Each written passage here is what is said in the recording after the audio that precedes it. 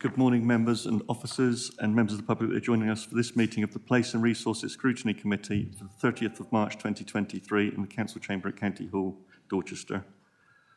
Can I just introduce the officers attending for the overall agenda? Mr. John Selgren, Executive Director of Place, Mr. Aidan Dunn, Executive Director of Corporate Development, Mr. Jonathan Mayer, Legal Business Partner, Regulatory, and Ms. Lindsay Watson, Senior Democratic Services Officer. Other officers will be introduced as required during the meeting. Can I also just please remind members on the use of the microphones? I know we've all probably got it off pat by now, but I'm probably going to be the first one that actually forgets to turn theirs off. So please remember that when you use your microphone, you must press the button to switch off your microphone after you have spoken, as the system only allows one microphone to be in use at any one time. The red light means that your microphone is on and the camera will automatically pan towards you.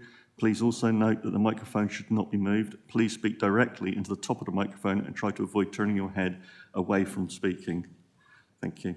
So if I move to the agenda, can I have apologies, Ms. Watson, please? Do we have any apologies? Yes, Chairman. Apologies from Councillors Andrews and Adkins. Thank you, Ms. Watson. So moving to agenda item 3, the minutes for the 26th of January 2023. Does any member have anything they wish to raise on the minutes, or can I take them as a record? Thank you. So if there, thank you, Councillor Roberts. So all in favour? Thank you, members. And I'll sign those after the meeting, Ms. Watson. Thank you. If I move to agenda item 4, declarations of interest. Does any member have a declaration of interest that they wish to make? And if so, the action they will make? So if no declarations of interest, and I'll move on. If anything comes to light during the meeting, then please inform me at that time. Thank you. Agenda item 5, Chairman's update. I don't think participation, no, there is no Chairman's update. Agenda item 6, public participation. Ms. Watson, do we have any questions from the public? no. Not on this occasion, Chairman.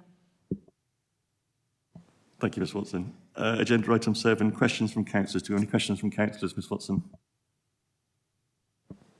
Again, Chairman, no questions from councillors on this occasion. Thank you. So I'll move to agenda item 8, commercialisation transformation programme. The recommendation in the report is seeking that Place and Resources Scrutiny Committee note the progress made under the programme and support continuation of embedding best practice contract management to ensure contracts are managed robustly and effectively. So presenting, I have Ms. Dawn Adams, Service Manager for Commercial and Procurement, to present, including a PowerPoint presentation. And members, if you could bear in mind that we'll take questions at the end of the presentation, and members, if you could refer to the slide number when asking a question if you need to. Thank you. Over to you, Ms. Adams. Thank you. Thank you, Chair. Aidan Dunn, Executive Director for Corporate Development. So I'm going to just set the scene before we hand over to Dawn to take us through a few more of the slides here. So commercialisation, the transformation programme around commercialisation is really important to the Council. And we first looked at this as a scrutiny committee on the 10th of November, where we looked at the overview or looked at the aspects of the transformation programme to give a general overview. And then today we're starting to drill into some of the specifics, one of the big themes, which is around contract management.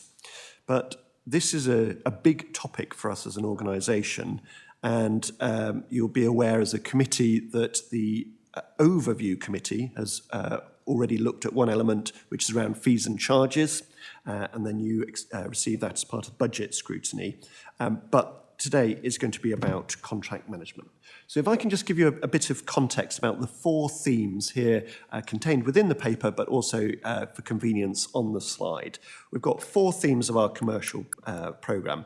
Firstly, we want and need the Council to behave in an ever-increasing, in a more business-like way. So this is about the positive culture and behaviours associated with commercial organisations.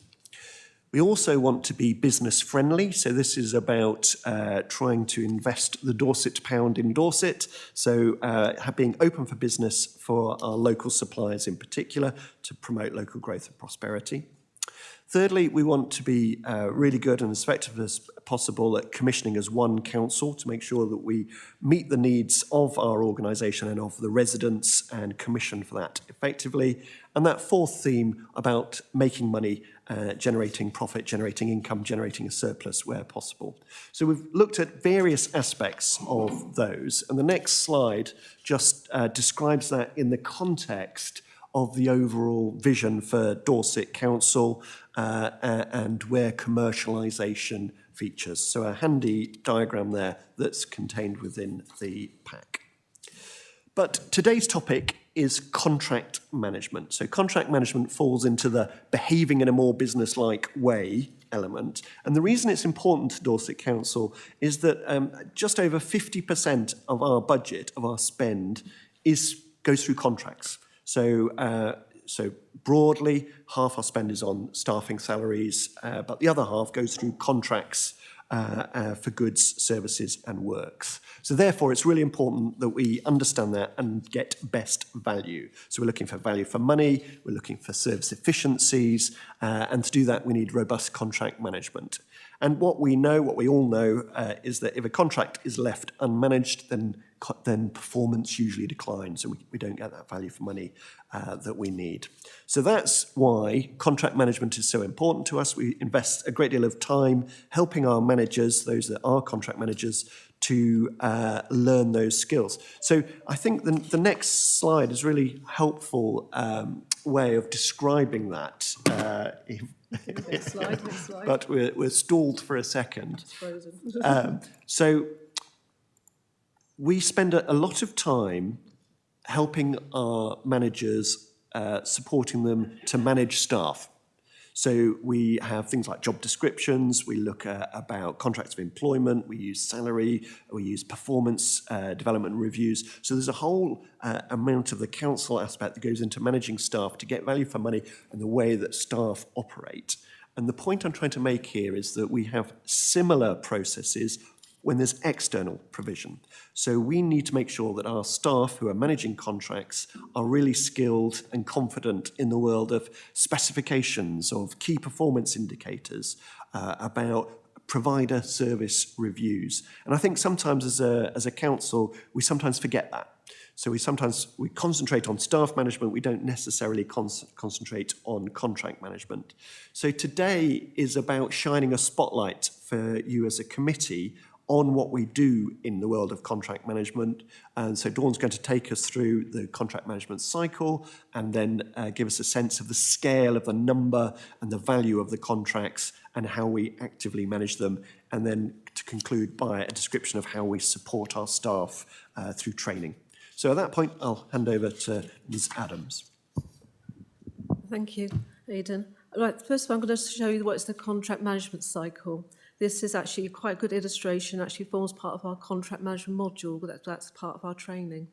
And from there, you can see there's different stages of contract management cycle. And it's important we have enough tools and skills and training for our staff, and particularly the contract managers, to work through that contract management cycle, because it can be quite challenging at times, and sometimes it's not their normal day jobs. We need to have the training there, the tools and resources they can dip in and out to get the support they're needed. And as well, my team, commercial procurement, on hand to give them advice as well. It's actually quite important they work through the cycle and understand the stages. So that's a good illustration to explain what the cycle is. As I say, it's part of a module in our e-learning site that a manager or a staff, they can actually run through this stage by stage, and they can get a refresh on what the cycle is. So that's a good illustration of what tools we need to follow. But first of all, let's look at the contract landscape. Currently, we have 2,106 contract awards. An example of these are 719 in adult care with an estimated total contract value of 900 million. And as you see, as you go through, it's very much the people area, right down to the heart, then to get highways, predominantly where our contracts are and where our spend is, as expected. But also, we're really quite diverse as a local authority. As you can see, we've got 487 other types of contracts, ranging from financial and professional services to assets and property, coastal and green space, harbours, ICT. And that has a estimated total contract value of 456 million. This is changing all the time. Contracts expire and renew all the time. So this is only a snapshot in time for you. And also, it's a total contract value. So the caveat there is we've got some contracts that run far more longer in a year. We don't do annual contracts. Otherwise, I'll be constantly tendering all the time, my team, and I'll probably need about 3 times as much people to do so. But we have contracts at length. But equally, we don't have long-term contracts as a rule. Very rarely, because we want to make sure that we're always competitive and going out to the market. But it gives you a feel of how diverse the landscape is as such a large unitary authority of Dorset Council. So how do we support our staff to manage this diverse landscape?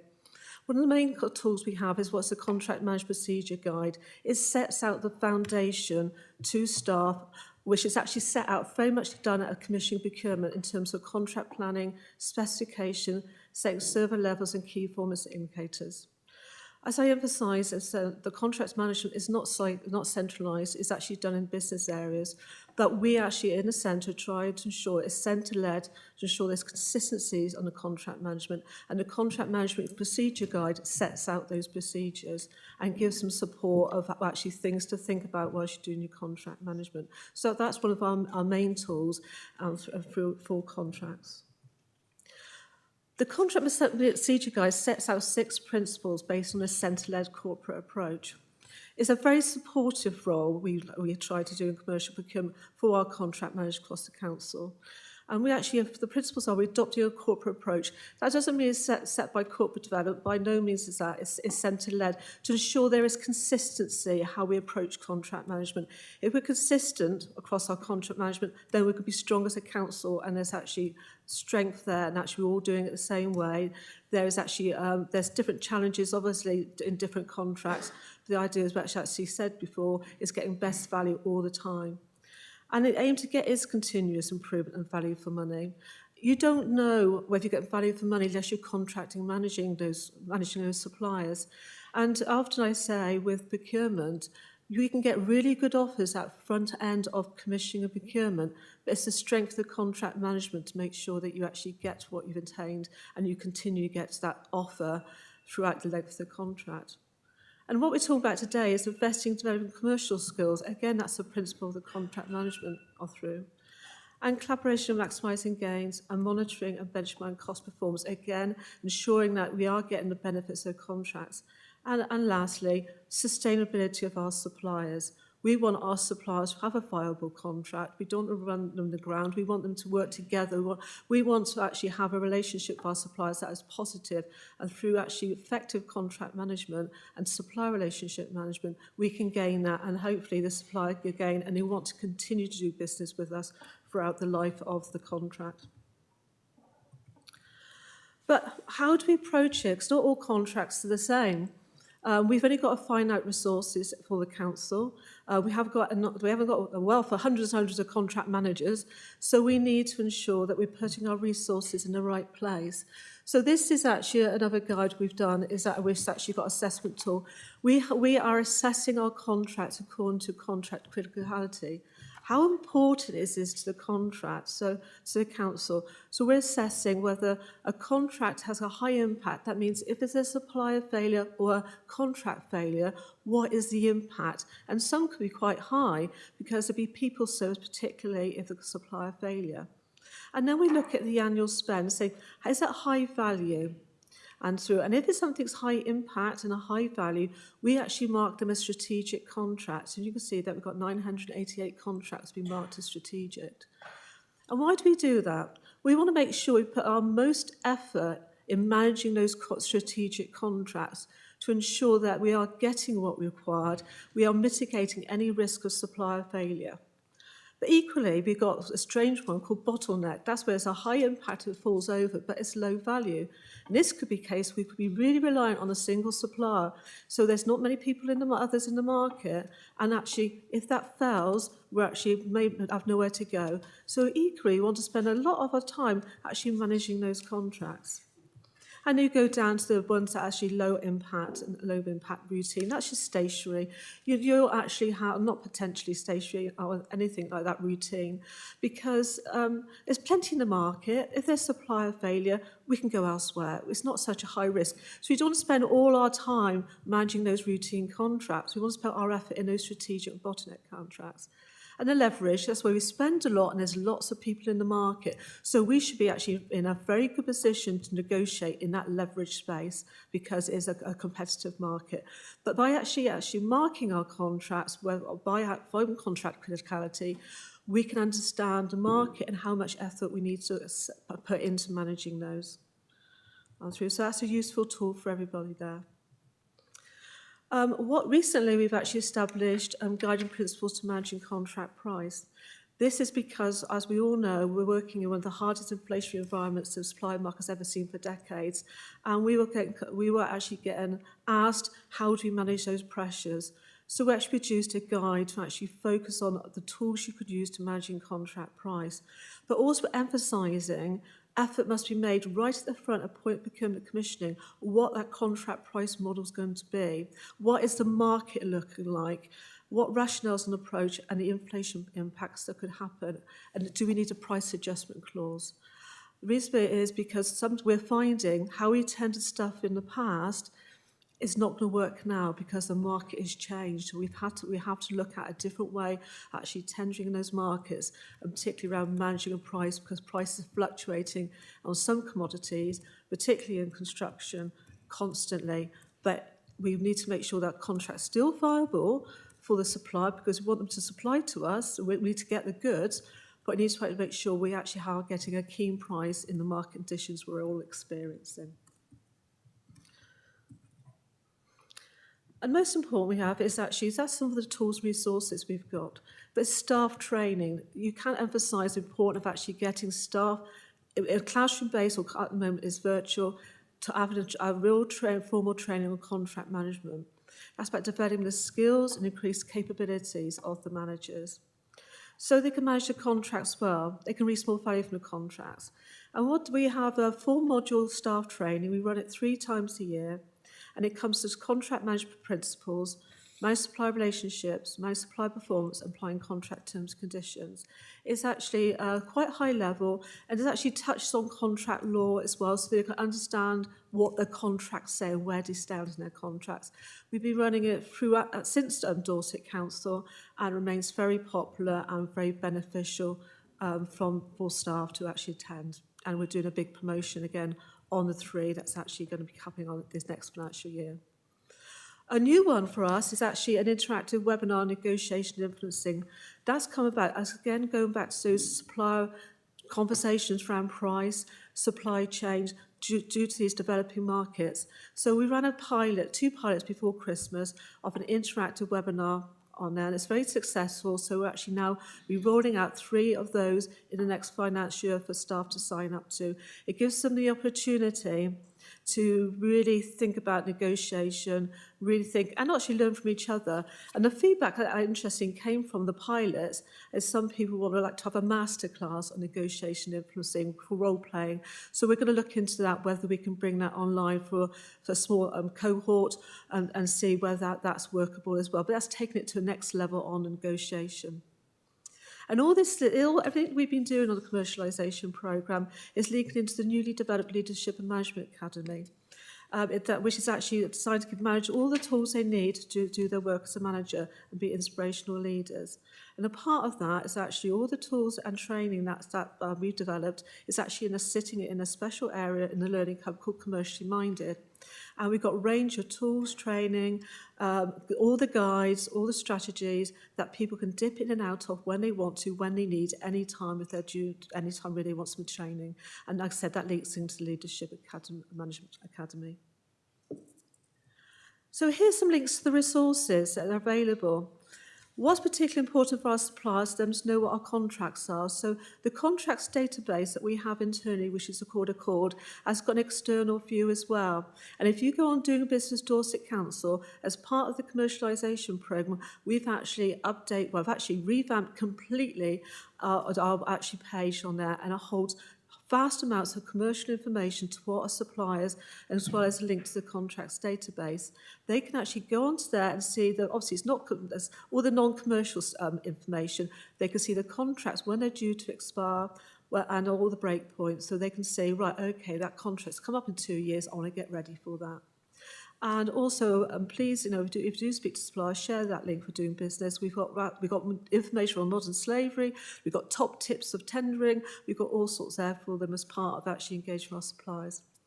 The guides and tools, as I said, we've got a dedicated area in the Learning Hub called Commercially Minded on there, and it's got vast of information in there.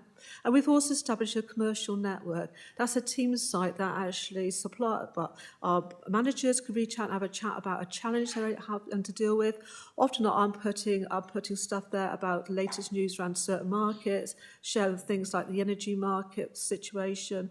So that's our good network there to be. So we're trying to build up a commercial network. So we've got expertise across the council around commercial activity, around contract management, and to actually people to reach out and discuss things. And lastly, I just want to touch on the procurement bill. This is actually it was due to Parliament on 10th of May 22 and is currently in debate in the House of Commons. The reason I want to bring it to you today is proposing significant major reforms to the rules governing public sector procurement. It reports over 350 individual regulations derived from EU directives and places for existing statutory instruments. What I thought was useful today, because the topic here is about contract management, the procurement bill for the first time is bringing legislation around contract management to the public sector. The current rules on procurement does not touch on contract management, so the first time we'll have contract management under UK law. This includes requirement for contract bodies to publish commercial pipelines. That's not just our procurement activity, that's our contracts, and a minimum of 18 months in advance. But it's not likely to come into effect in 2024 at the earliest, subject to a secondary legislation. So I'm trying to, with my team and with business airs, trying to get us ready as much as we can to the procurement bill, but we won't know the full scope of it till the secondary legislation comes in. So that's why it's more important we continue to embed best practice in contract management and maintain our contract data. Thank you.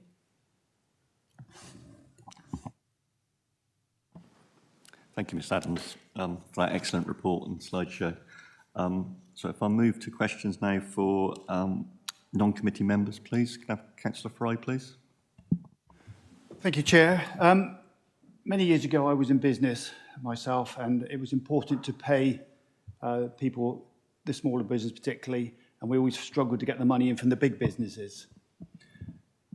I then changed careers and worked for a large organisation within Dorset, and ended up on one day having the bailiffs in to recover some property, which was interesting. There's no mention in the contracts of paying the invoices, and I'm looking at the themes on page 14 of the report. So part of my questions around, do we support small businesses to engage and have contracts with the council? And do we make sure that they're a priority for being paid at the same time? Because it is quite a bureaucratic process, I'm sure, to pick up a contract. Perhaps they can update that on, please. Is that Ms Adams or Mr Dunn? Mr Dunn? Ms Adams. Ms Adams. Thank you, Chair.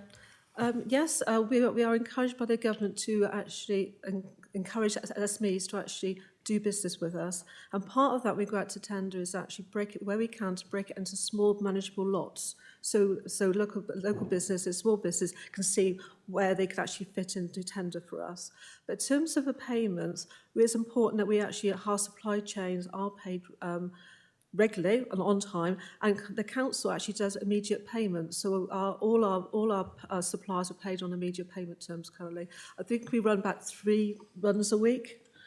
Certainly, but we've got to try everything we can to encourage local business to tender us. So we actually do part of the procurement process leading up to it. We see, well, what is our local market? But unfortunately, we can't reserve tenders contracts to the local market. We're prevented by the Local Authority Act.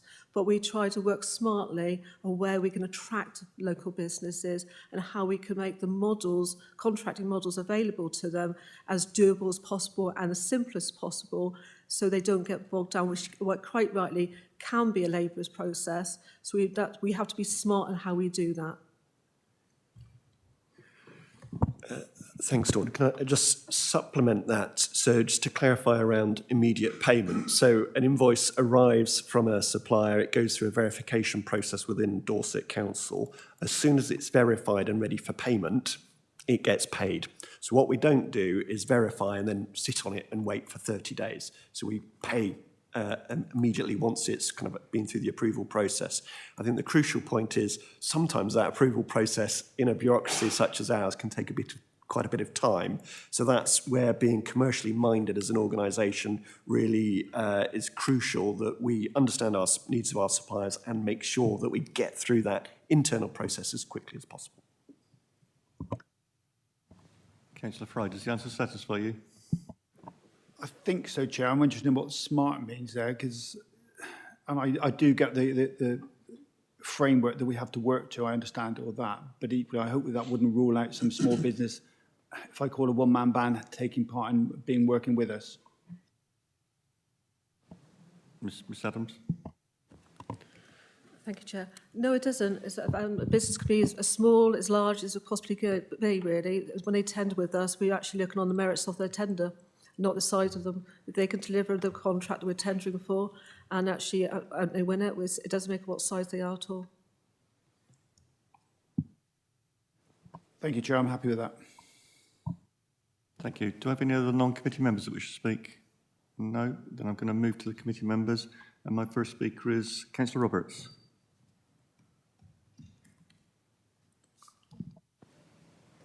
Thank you, Chairman. I realise I need to declare two interests that I hadn't realised. First, as a supplier to adult services in my own right, and also as Chairman of the Southern Inshore Fisheries and Conservation Authority, we use procurement services here. So I will declare those interests, please.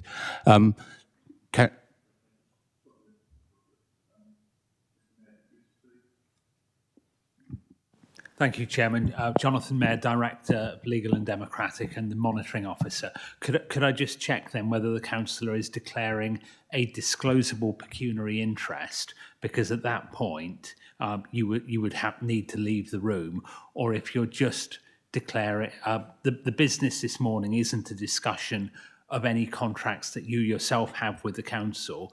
It's a general discussion, as I understand it, and I don't believe you're going to go into any detail about your own contracts. If you are, then I think you would need to back out at that point. Thank you for that clarification. I certainly wasn't going to go into any detail of any contract. So my thought is that I can remain and take part in this discussion. Councillor Fry asked one of my points, but as we are an organisation that has cash or has reserves to pay immediately, I imagine that gives us quite a lot of headway, particularly on the leverage contracts, because we should really be able to get extremely good deals on that. And do we use that sort of carrot or bait when we're engaging in contracts, the fact that we will pay quicker than most commercial organisations? Thank you.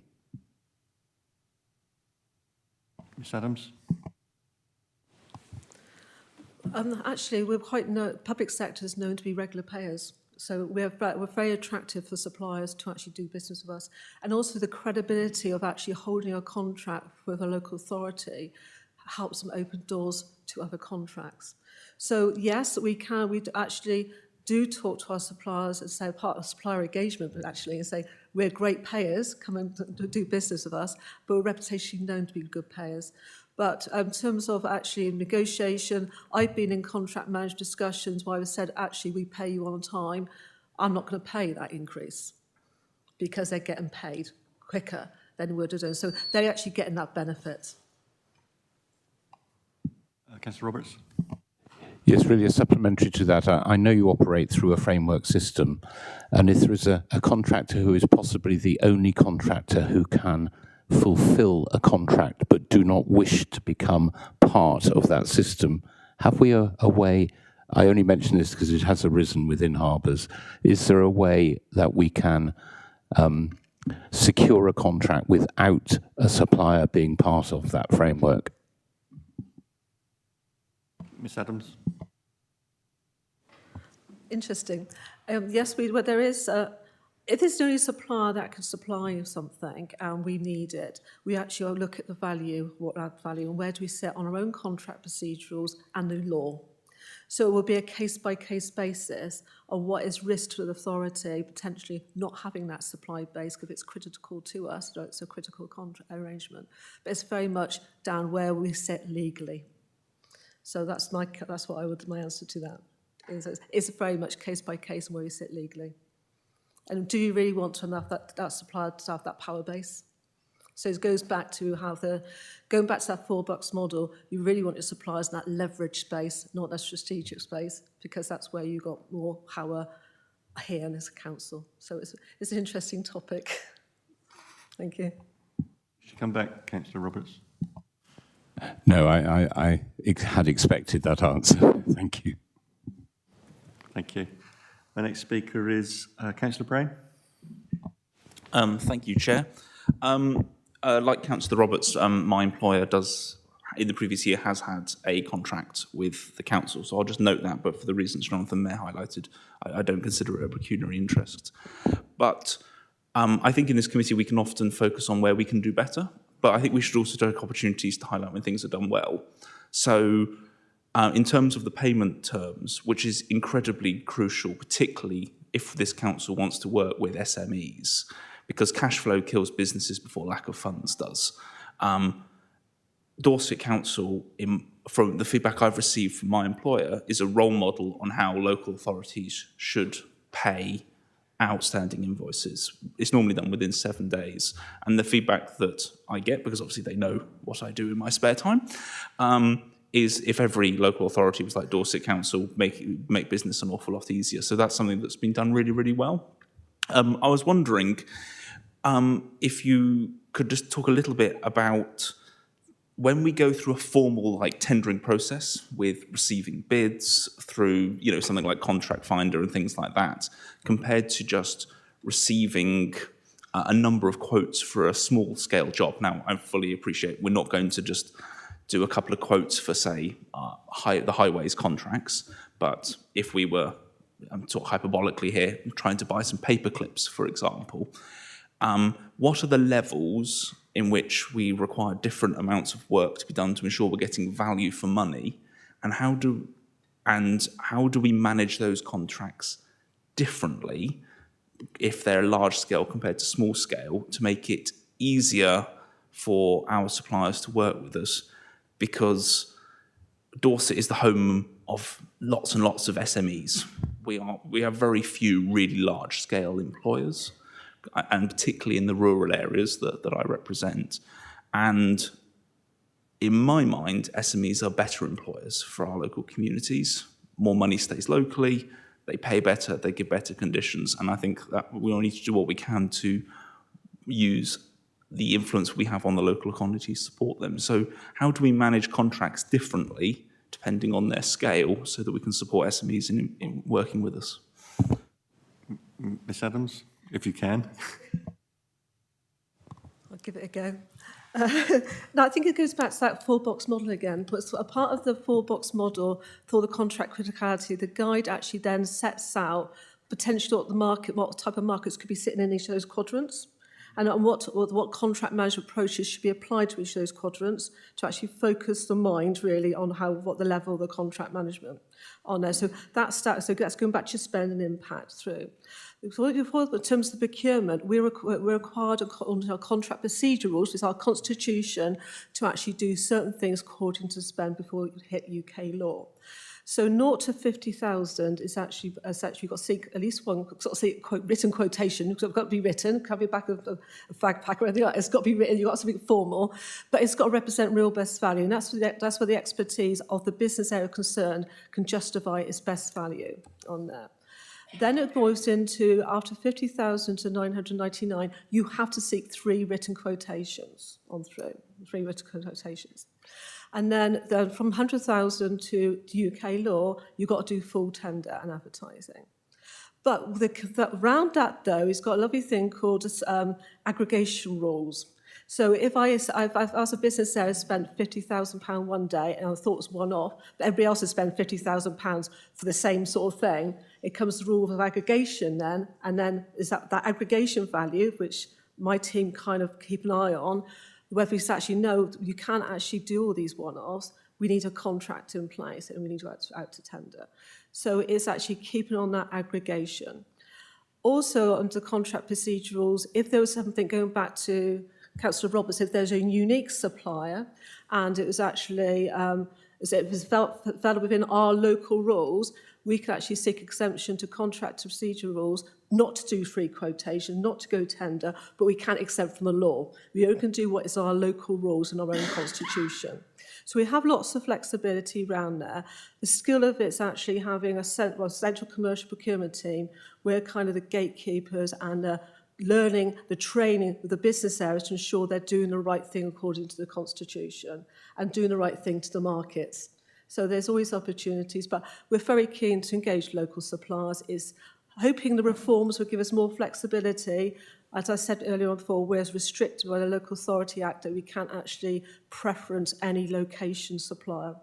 So, but we're hoping, who knows, a change of legislation might give us that flexibility, particularly around applying social value. We're more likely a social value, encouraging our communities, a local supplier is more likely to have a higher social value scoring of a tendering than a bigger, because they know our communities.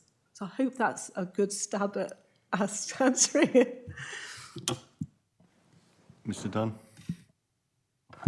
Thanks. I'll just supplement for sort of discussion the earlier point about lots and local, because there is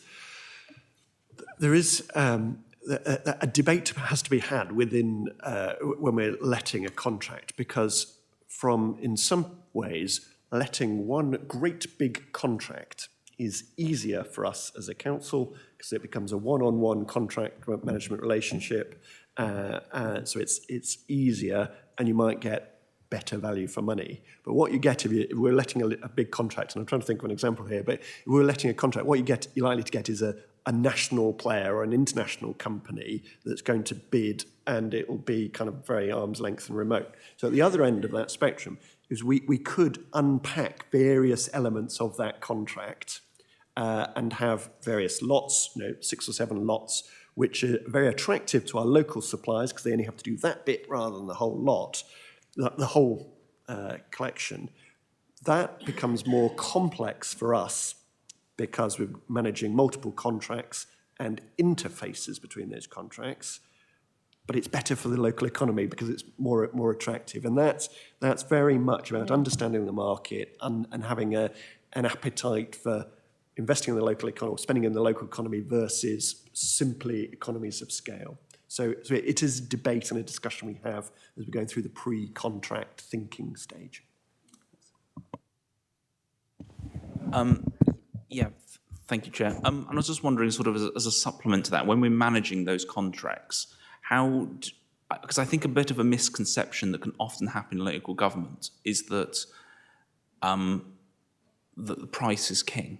How are we making sure that we're getting the best value for money and getting the best quality service at the most appropriate price, rather than the cheapest, which may not necessarily be the best value for money? How do we balance that, and how do we balance that on an ongoing basis, particularly as our needs and our expectations probably change over the lifetime of a contract? Sorry, that's quite generic. Yeah, just before you answer that, I've got a similar question myself, which is, I think it's about benchmarking. So how do we benchmark that? Thank you. If I start the tender process, we actually have quite a thorough milestone report process to actually, which is a series of approvals. So it talks about the markets, talks about what the approach of the tender is going to be, how we're going to evaluate, and all that gets signed off through our gateway process to ensure ultimately that. And that's the skills of the procurement officer, my team, to work the business areas, to pull out what they know from the market, what the supplier base is looking like, to get the best. So, right, okay, that's your supplier. Right, I think this, we need to have the right contracting model is this to go to the market. But before we go to the market, we actually have what's called a tender evaluation model. We are required under the procurement regulations to set a selection criteria, award criteria, and that's based on price and quality. What we've done in our commercial strategy for the council, went back in 2020, I think it got cleared, we've actually set social value as its own criteria of 5%. So we have so really then it's and we actually set then a minimum of 50% price as default. But the skill is then adjusting that to get the best outcome on your weightings on valuation, and it could be different every single time. We have a starting point. For quality, we also apply what could be a minimum score criteria in question. So basic responses, we don't, basically, if your basic response, basically you've answered the question very poorly, but you're offering a really cheap price, you'd likely be rejected. So we use the skills around the evaluation to ensure that we get the best quality come at the top, but still get a good value price. But the skill is you can get a really good procurement offer, and the answer is always in the procurement. By part of this whole commercialisation programme, it's actually know where you're going to get best values in your pre-work, your pre-commissioning, the market. The procurement process is just a process to get the offer. The skill is to make sure you've got the offer when you're in contract. And that's the point of all this training, all this skill upskilling to make sure you have. And then, of course, you may want to start benchmarking certain areas, or you may want to do a benchmark pre-procurement as part of your supply engagement to see what the market's looking like compared to what you're paying now. So there's all the skills of right at the outset, beginning, understand your markets, benchmark your markets from what you're paying now. Are we paying over the odds already? In which case, why are we? And then all that learning, that will shape your procurement and that will shape your contract management. So it's very much the whole programme of the commercialisation is skilling up that pre-commissioning, procurement, contract management. Hopefully that sounds. Thank you, Ms Adams. Did you wish to come back, Councillor Brown? No, thank you. Councillor Canning's question, he's informed me has already been answered. So I'll move to Councillor Roberts. Thank you, Chairman. Mine was a little bit about due diligence. And on some of the major contracts, do you look at share price movements? Do you talk to financial directors? Because I'm not sure, is it recorded any losses we've had to incur because of the collapse of companies? I can think of one, for instance, that did affect us with Midas on Harbour Works, but they'd subcontracted. Do we have any control over a contract being awarded that is then subcontracted by a major building organisation or civil engineering company, for instance? That's a fairly complex question. Ms Adams. When we tender, they have to declare whether they're going to subcontracting. And there is actually, and we call a very selection questionnaire. I'm going to be really procurement-y now, selection questionnaire that's actually has to be completed in our procurement processes. The selection questionnaire has just recently been updated and it's come into effect on 1st of April, and that's enforcing on the supply chains. They are actually doing the prompt payments through their supply chain, so they need to do a self-declaration. So there's more and more visibility in supply chains, and I think a lot of it is down to the recent changes, inflationary pressures, where supply chains have fallen down.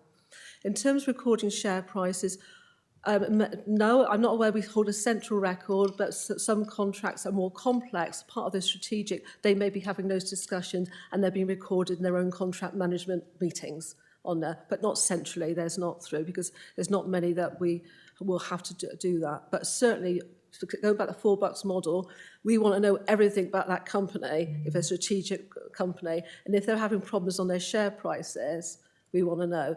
And part of the strategic contracts, we expect them to contract managers to ensure suppliers are doing financial due diligence checks every year. So that's part of the thing. So, right, I've got a strategic contract, I'm a contract manager, what do I need to do every year to manage this contract? And one of those is actually financial checks.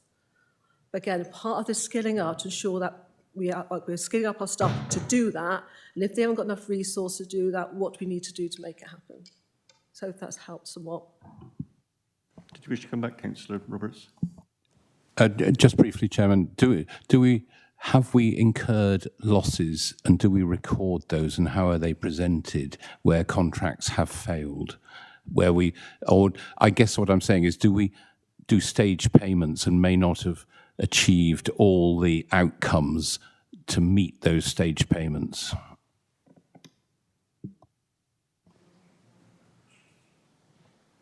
Mr. Dunn?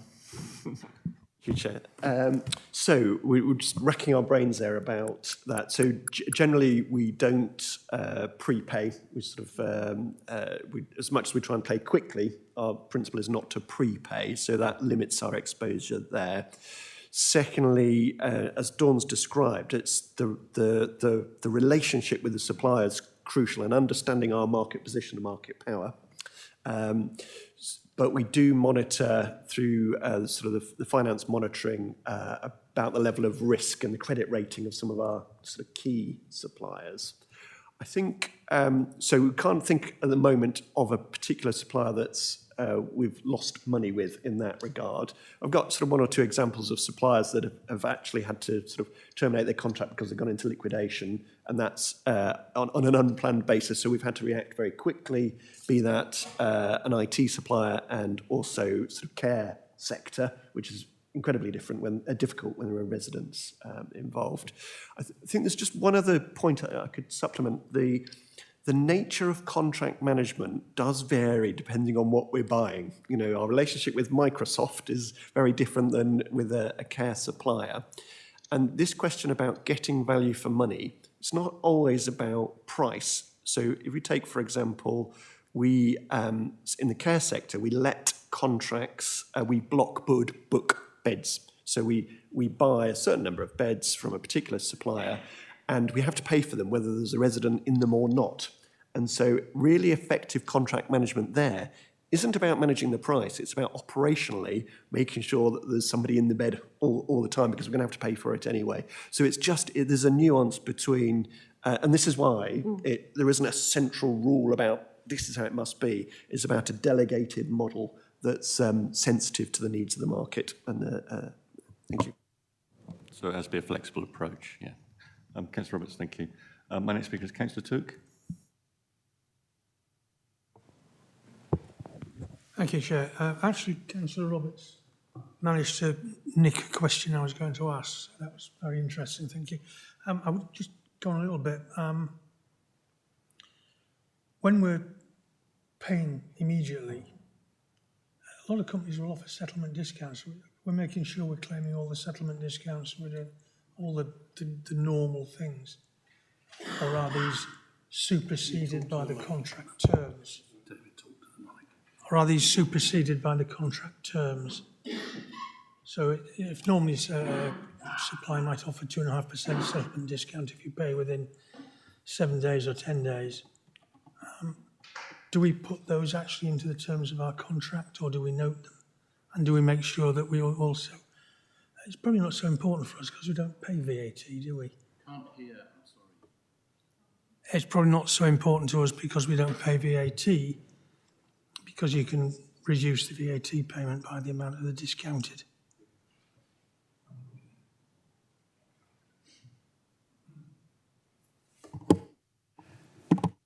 So there we go, thank you. So a great question. So many suppliers will say if you settle within 30 days and you get sort of 5% discount, do we take advantage of that? Predominantly through the procurement and the tendering process and our standard terms and conditions, we'll have already absorbed that. So it's rare that we'll receive an invoice that will say if you pay within 5%, because the invoices we receive are planned and have kind of negotiated on that basis. So as a general rule, we've already taken it rather than get that advantage.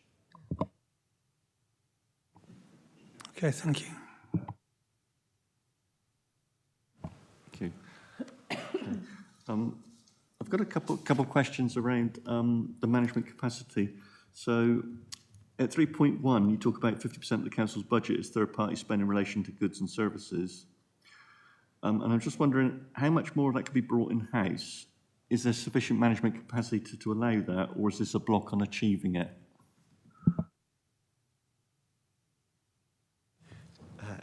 Interesting question. So as contracts come, if we sort of take today as a starting point, as contracts come to an end, and as Dawn's described, we publish a forward sort of pipeline of when the contract end date is, we will have that conversation about, is this a service that could be more effectively or more cost effectively provided in-house? And indeed, we have that consideration on existing services. Could they be more effectively provided externally as well? So when we take those judgments or decisions, I think some of it will be influenced by a political steer, but also there is that capacity issue. So I'm sort of mindful, I think it was in Children's Services a couple of years ago, there was a cabinet paper about contracts coming to an end, we'll bring the service in-house, but as a consequence, we will have to recruit 3 or 4 extra people to manage that service. On the other end of the spectrum, if we outsource a service, one of the crucial things that we from a commercial perspective will be pushing is saying, right, so the first question, who's going to contract manage that service? Because I think there's examples, as councils have got increasingly commercially minded, where you kind of outsource a service and then suddenly where's all the knowledge and the expertise has gone and they've got nobody contract managing it. So back to your question, have we got the capacity? I think we've got a proportionate level of capacity to manage our existing level of contracts. If that volume either goes up or down, then we will adjust the capacity and the skills.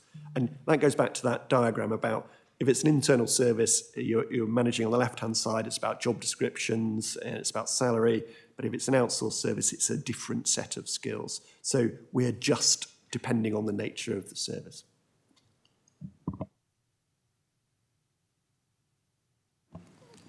So at 7.1, and it's a similar sort of question, is this seen as a potential to speed up the procurement procedure, and are there risks with doing it at pace? And again, do we have the capacity within our management team to do that? So with the change that's coming around through the procurement bill in Parliament, obviously we can have an opportunity there to, I imagine, do a lot more procurement at a much quicker pace. And again, it's that, do we have the management infrastructure in place to be able to cope with that?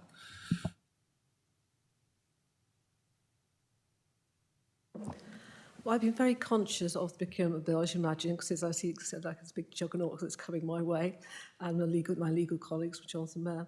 I'm actually just recently been building the team up based on the resources that we need to actually support the council, and I'm constantly looking at that with Aidan's support of actually what the team needs. So as we move through towards the bill and we see what the complexity of the bill is, we actually recruit accordingly. Or maybe we just move people around a bit and actually just upskill them up into response to the bill. So yes, it's a big unknown at the moment because until we see all the secondary legislation, actually the real changes are going to happen.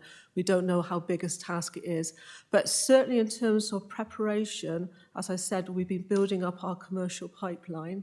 Ready to, and I think we're in a good place to respond to that work's hopefully been done. So we've been preparing, but we don't know till the secondary legislation how big it's going to be. But certainly for assurances, I've joined on the Cabinet super user group. So I'll be up there with the Cabinet Office very early in the training to see where the training is going to look like and how the training is going to be rolled out, because obviously we have to train officers in the council, and I've already linked up with learning development to say this is coming. So we're trying to do the best that we can based on the information we know at the moment. So I hope that gives some assurance. Thank you, Ms Adams. Yes, we're trying to get the infrastructure in place, but we've got no idea yet as to how that procurement bill is going to go. Yeah, thank you. It's typical, isn't it, of our local government authorities being in the dark to a certain extent. No. So my next question is, Do we know how much the training is costing this authority for the additional management training that we're putting in place? And what is the rate of staff turnover in this area? And is that impacting the authorities? Is that impacting on the authority financially? So we know we have quite a turnover of staff within HR. Obviously, there is a cost implications, I'm guessing, to train these staff up into this management role. How is that impacting on the authority? And are we ensuring that we're actually retaining staff that we're actually investing in? Okay.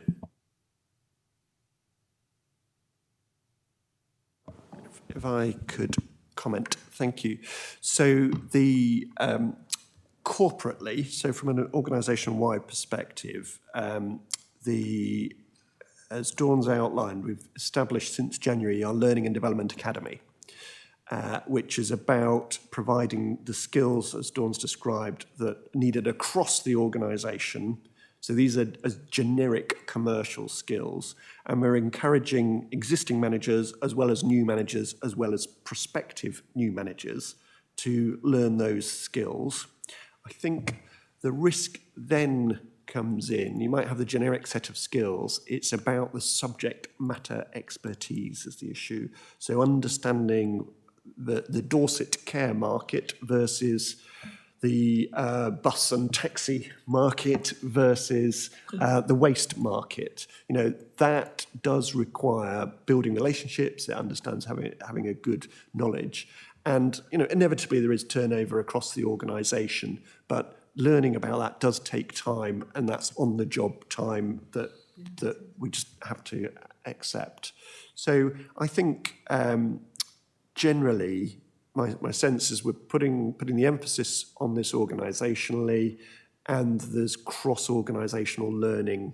In particular, Dawn's referenced the commercial network, where we're bringing together waste contract managers, who are some of our finest contract managers, and putting them alongside adult social care contract managers. You know, what's the common ground? Is there any learning top tips? That sort of thing. So we try and make sure there's a blend of generic skills, but also subject matter expertise. That sounds quite encouraging. So sort of learning on the job and developing those skills across the various sectors. That's good, thank you. If I could move to, and I suppose this comes in a way with procurement as well, and with the managing of those procurements. Is there an ability or any thought to link up with other authorities neighbouring us to secure better buying power through economics of scale? And are managers working on those lines? Thank you, Chair. A prime example is actually we're part of the laser. Yeah, we've got a couple of prime examples, actually. Highways, our highways team are very good reaching out. We're working with BCP. We've got some highway contracts that are actually, they join together and buy collectively. We're not offering a free procurement service when we're looking over local authorities, so do expect them to contribute. A prime example, BCP will work with us on the specifications, so it's joint specification, putting their expertise in together on there. Also, we're part of actually we buy electricity and gas through the Laser Group, which we're a member of Laser on there, and that's a collective, all bodies coming together and actually Laser lead the energy supply. We've had other examples. Another good example is actually we're working title as a Dorset Care Framework. It's got a very long title. We call it Dorset Care Framework 2. That's care providers, for which we're actually trying to shape the care provider market, make it very easy for them to tender with us, and we're doing that with NHS Dorset, very collectively in the health sector. BC, unfortunately, didn't join us in time for that framework, but we're actually just been recently working with them on a different contract and NHS Dorset for the care market outside the framework. The framework is particularly interested is going back to how we talk about how we market for small developers. We've actually got 27 lots on there. And if you're actually a small SME, you can actually reach out and hopefully get business from NHS Dorset and Dorset Council collectively. And it's not just adults who work on there, it's children's services as well. So again, part of the pre-procurement, pre-commissioning work, we look at the opportunities to see whether we can do something collaboratively locally. I would say the space around collaborative working is changed over the years due to there's so many national frameworks out there rather than regional frameworks for big public sector bodies or buying organisations. But in the past, I, for example, have actually led a stationary contract right across the southwest, but the shape of the Southwest Authorities changed and national procurement bodies were doing stationary far better, quicker and cheaper than we could get it for. So there was no merit in us leading it. But something we do look at, and certainly the council's member of the Central Buying Consortium is made up of Bucks, Kent, some very big players.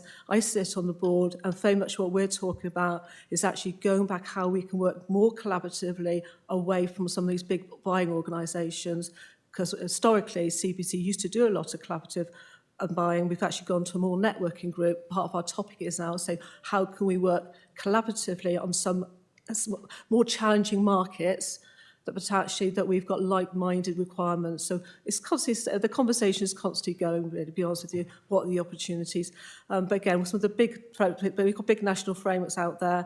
Sometimes other local authorities haven't got the appetite to join in, but I think that's going to shape now, because going back to our conversation about social value, local suppliers, local communities, and for certainly procurement reforms is emphasising on social value, that may shape us working more collaboratively in the southwest or regionally, because we want to very much keep the business in the southwest. So it's a conversation that's ongoing, like I say. Thank you. Yeah, that's quite encouraging, because, as I've said in the past, that in terms of the southwest region, that is quite a, to use a term that's usually used in the north, it's quite a powerhouse actually, which is with the procurement capabilities within that whole southwest region, and the message that sends back to government, I think is of high value, I think.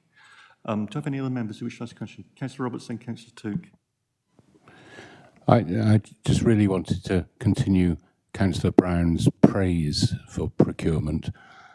For an outside body, which I mentioned as an interest, procurement assisted this body to obtain a new fisheries protection vessel. And I think it was a learning curve for both parties, and they did marvellously. I want to praise them. It was, and it has been recognised amongst other fisheries protection bodies, but also it earned a fee for Dorset. So I'm delighted. So thank you. Thank you, Councillor Robertson. That was just a comment, not a question there, yeah? Yeah, thank you. Councillor Took. Thank you, Chair. Just a couple of things. I was interested when you were saying earlier that the important thing is knowledge of what you're buying. So the skill level is there. But there are also professional buyers around. There are institutes and bodies that are purchasing, Chartered Institute of Procurement and things like that. Where does the balance come between getting someone who understands how to buy things and understands the product that they're buying, and how well do we blend those details? Because you may well be an expert in bitumen, but you might not be the best person to go buying bitumen. The other thing is that there are SMEs that we're trying to support. It's slightly different to a commercial operation. Having worked in industry, never been too bothered about the company we're buying from, as long as they're good and they can do it. But one of the things that is important is what percentage of their turnover are you giving them by your contracts? And is there a limit on how much of that turnover we're willing to take? Simple reason, if they then lose the contract, are they out of business? So that there are concerns that we might want to address. So that slightly a bit vague. I was slightly distracted by my phone ringing in my ears. Mr. Dunn. Thank you. So if I can give a couple of examples. So if we start with Microsoft. So we are just a small, tiny player in Microsoft. So actually, when the conversation with Microsoft about our licensing agreements and all that side of things, we, first of all, the government, on behalf of the UK public sector, does the discount negotiation. So there's collective buying power there for such an international company as Microsoft. But also, we then move on to another example. We currently use for our main system for finance and HR is SAP. And the contract, our current existing contract, ends in 2027. So we're thinking through what's the next option there. We're mindful that when we're choosing an option and going into negotiations and a procurement process, we do this once every 15 years, whereas SAP or Oracle or any of the others are doing this every day. So there's a real power differential and knowledge and experience differential there. So in that sort of situation, then we will buy in some support. So as well as using our networks, what's the rest of the local government done? What's the sense of the market? We will buy in some support to help us with the buying process to make sure that we get value for money. So it comes back to this horses for courses, understanding our market power and market position. And then finally, the risk about if we are pretty much the only purchaser for a company comes back, I think, to Dawn's grid about if this is a crucial contract to us and they're totally reliant on us, then that makes us feel sort of vulnerable.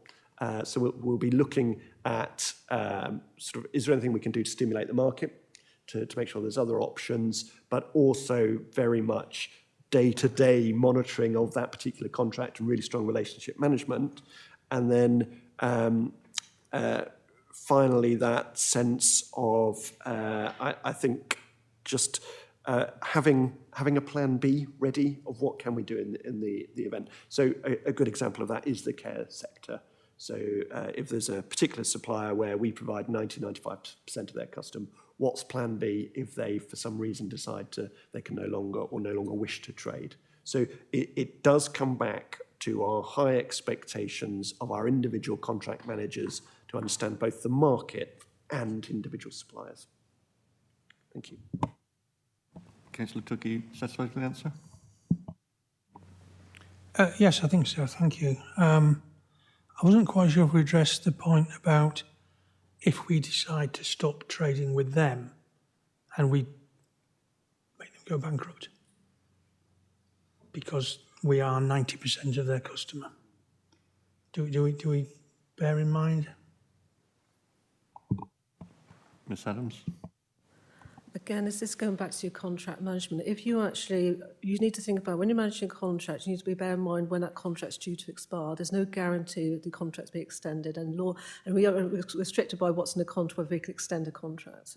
So if you actually got a contract expiry coming up I like to encourage the contract manager to think at least 18 months in advance, 18 months on through. What's going to happen, what's the exit strategy, and what's the impact of that supplier. Because there's no guarantee. We go out to tender again, there's no guarantee they're going to get it.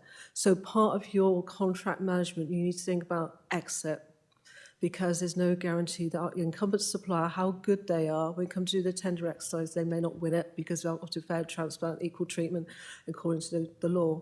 So what would be the impacts? That's going back to your knowing your supplier and managing your supplier. And if they're actually voicing, you're predominantly Dorset Council, that should flag up some risk and how you're going to mitigate that risk through that contract. And so that conversation, those thinkings would have to be recorded as part of the milestone reporting pre-procurement as a risk. And we would use a risk matrix because particularly, what is the impact of that supplier through? But it's fortunately, in the public sector, we're required to go out to tender and there's no guarantee of any business. So it is, but again, we're relying on upskilling our contract managers to think about exit. And exit is part of actually that contract management training, the exit thinking on through. So hopefully that's, again, it's just assurance of skilling people up to think that way. Thank you. Thank you, Councillor Took. And my next speaker is Councillor Shortell. And if there's nobody else that wishes to speak, I'm going to then move into the discussion after that. That's okay. Thank you, Chairman. It's already been stated that, in fact, we are very good with our contractors, and the fact that we pay quickly, on time, and we need and therefore negotiate good terms with them. Now, I'm wondering exactly how that bears with national contracts, and if they're trading with other authorities, which are not quite as perfect as we are, that we can negotiate individual terms with that particular supplier over and above perhaps other authorities.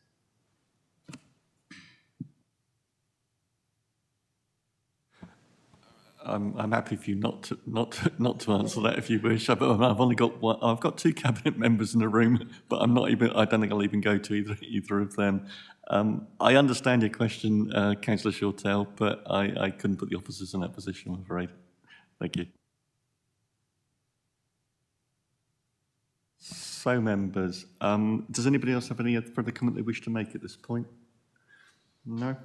So, if we move to the summing up then of the questions, what I've got is the council pays suppliers quickly. The council is seen as a role model in the way it pays suppliers. The pre-commencement procurement and contract is an upskilling process. I'm not sure if I quite captured that quite right. I think it was. I'm sure my colleague will put it in a far better word form than I've managed.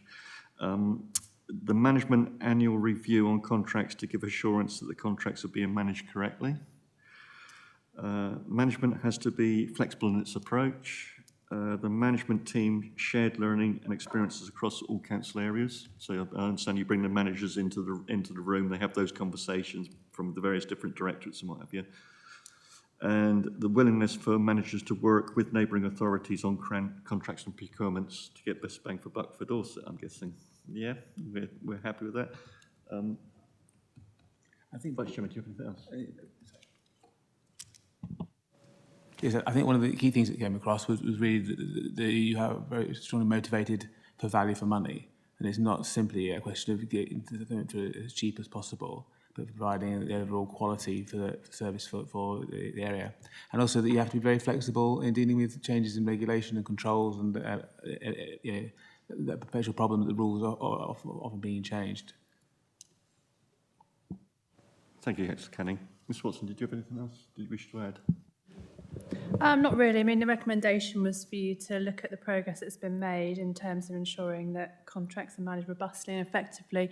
My take on how you've just summarised and listened to the discussion is that you are assured that the things that are in place are doing that in terms of managing it robustly and effectively. So if that's your take, I think. Yeah, so unless you have specific comments you want to make on anything else, then I guess you feel assured by what you've heard. And I was just going to... Thank you. I was just going to move the committee to get a nod of approval from the committee if they're happy and they've got an assurance that they believe the team's doing. There was one other thing about... There was one other point that you made about that you've been looking to build up a team to deal with staff numbers, to expertise, and be more flexible for the future. So I thought that was a particularly good point that you were planning for future events, depending on what happens to the bill when it goes through Parliament. But it shows that you're really on top of the game and anticipating future changes, which is always very reassuring. Thanks. Thank you, Councillor Canning. Again, there was that bit about the capacity within the management team, wasn't there? Thanks, Chair. Yeah, I think we can note what's been done, and I think a lot of it is very, very good. I just want to ask, define success. Yeah, at the end, in a year's time, how will we know if this commercially minded approach is working? What are the measures, the metrics we're going to put in place to say, yeah, things are improving, or conversely, and hopefully not, that they're not? So it's just, how do we measure this? How do we measure what's going on? So I'm tempted to say that we don't go bankrupt, we manage to keep the wheels on the authority, I'm tempted to say, but Mr Dunn, I'm sure you've got a much more professional answer than that. If we don't go bankrupt on the wheels. First of all, I don't think this is ever going to be complete. I think this is part of this transformation programme is about a cultural piece, and we've heard ranging from a turnover of staff through to changes of legislation, through to changes of suppliers. I think the one level and measure of success is inevitably, given the economic climate, we are going to be losing suppliers, is that we're not surprised and that we've got plans in place and we implement them so there's no loss of vulnerability of the organisation. And then at the other extreme, how do you measure a cultural change? I think just that sense of conversations in the corridor where colleagues are talking about being commercially minded, and we're starting to see that sort of 1 year into the programme. And then in terms of hard metrics, Dawn's shared with you the slides of how many contracts we've got, and where are they, what status they are. I think a sense of keeping that up to date, because it's quite hard, isn't it? It's quite hard. It's not everybody's first thing they do in the morning is put a quick contract update in when there's a busy sort of the rest of the day job. So there's that sense of cultural sense that this is important, and sort of having a maintained database. But ultimately, there's something about a thriving Dorset economy as well. But I'm not sure if we can be totally held to account for that, but we're doing our very best. Okay, thank you. I think I'd look forward to a discussion maybe this time next year, just to keep how things are progressing. I don't think it's something we want a monthly report on, but I think it's something we would need to just keep an eye on, perhaps annually. Thanks. Thank you, Councillor Took. Councillor Kenny? Yes. One of the issues that has come up time and time again in the last few years is the lack of resources for us to conduct in-depth scrutiny, and how there's some good news hopefully later on about how that might be improved upon in the last remaining year of this council. But one of the key things that would be done if we do this job properly of scrutiny, would be the next stage would be to go and speak to the suppliers ourselves to get their point of view. Do they agree with your assessment? You know, I mean, we should go particularly to local companies, maybe less so the giants like Microsoft. They probably can't teach us very much in this situation. But go to important local businesses, and is their experience the same as your experiences? And we look at that ourselves. I'd say I don't think we've got the resources at the moment to do that, but I think it's sort of the exercise we could usefully do in the future. Thank you, Councillor Canning. You happy with that? Yeah. So, members, I think we've given this quite an exhaustive go through, and I think we'll be guided by the Section 151 officer as to whether we return to this for a review, as Councillor Took has suggested, whether that's in 6 months or a year. We'll leave that to your best placed judgment on that. On behalf of the committee, I'd like to thank you, Ms Adams, for an excellent presentation, and Mr Dunn for the questions you've answered. Thank you.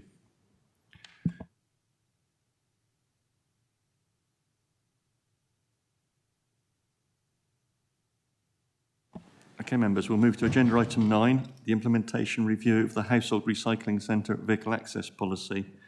The recommendation for the Place and Resource Scrutiny Committee is asked to note and comment on the implementation of the policy and to consider whether the Place and Resources Overview Committee should be invited to undertake a further review of any elements of the policy.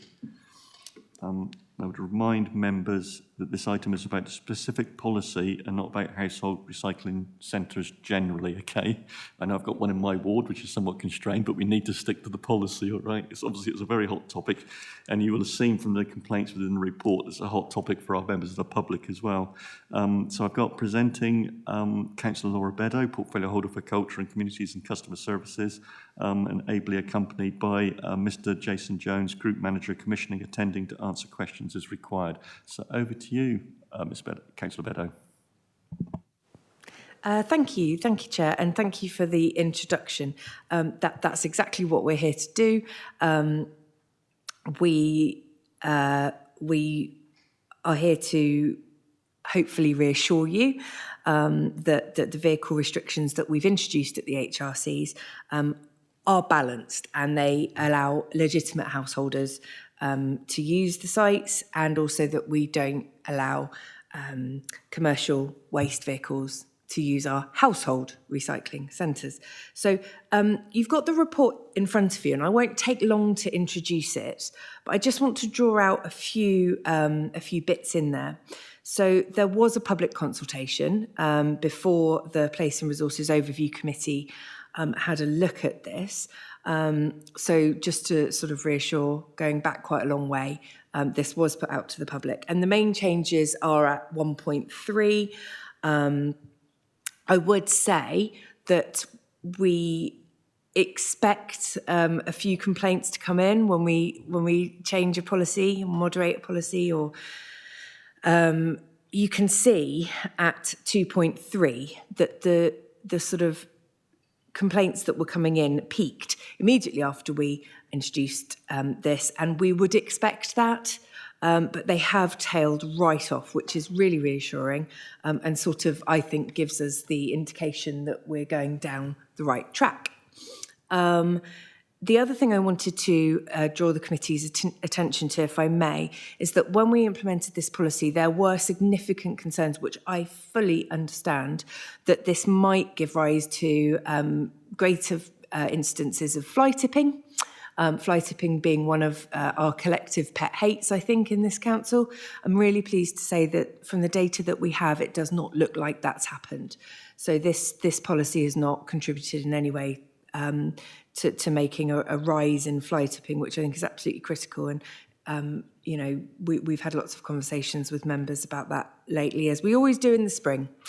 So really, it's over to you. I think this policy provides a balance for our householders. I think it's a fair one, and very happy to answer any questions. And if they're really difficult, I might ask Jason. Thank you. Thank you, Ms. Beddow. I like that. Over to us. You've girded your loins to answer the questions. It's great. So, members, do I have any member wishing to speak at the moment? Councillor Gorringe. Thank you, Chairman. I've been asked in the past by a resident who was taking his bath out and replacing it by a shower, and he's gone to the tip and they've refused to take it. What would you suggest then he does with that bath? Bearing in mind he's a DIYer. Ms. Beddow?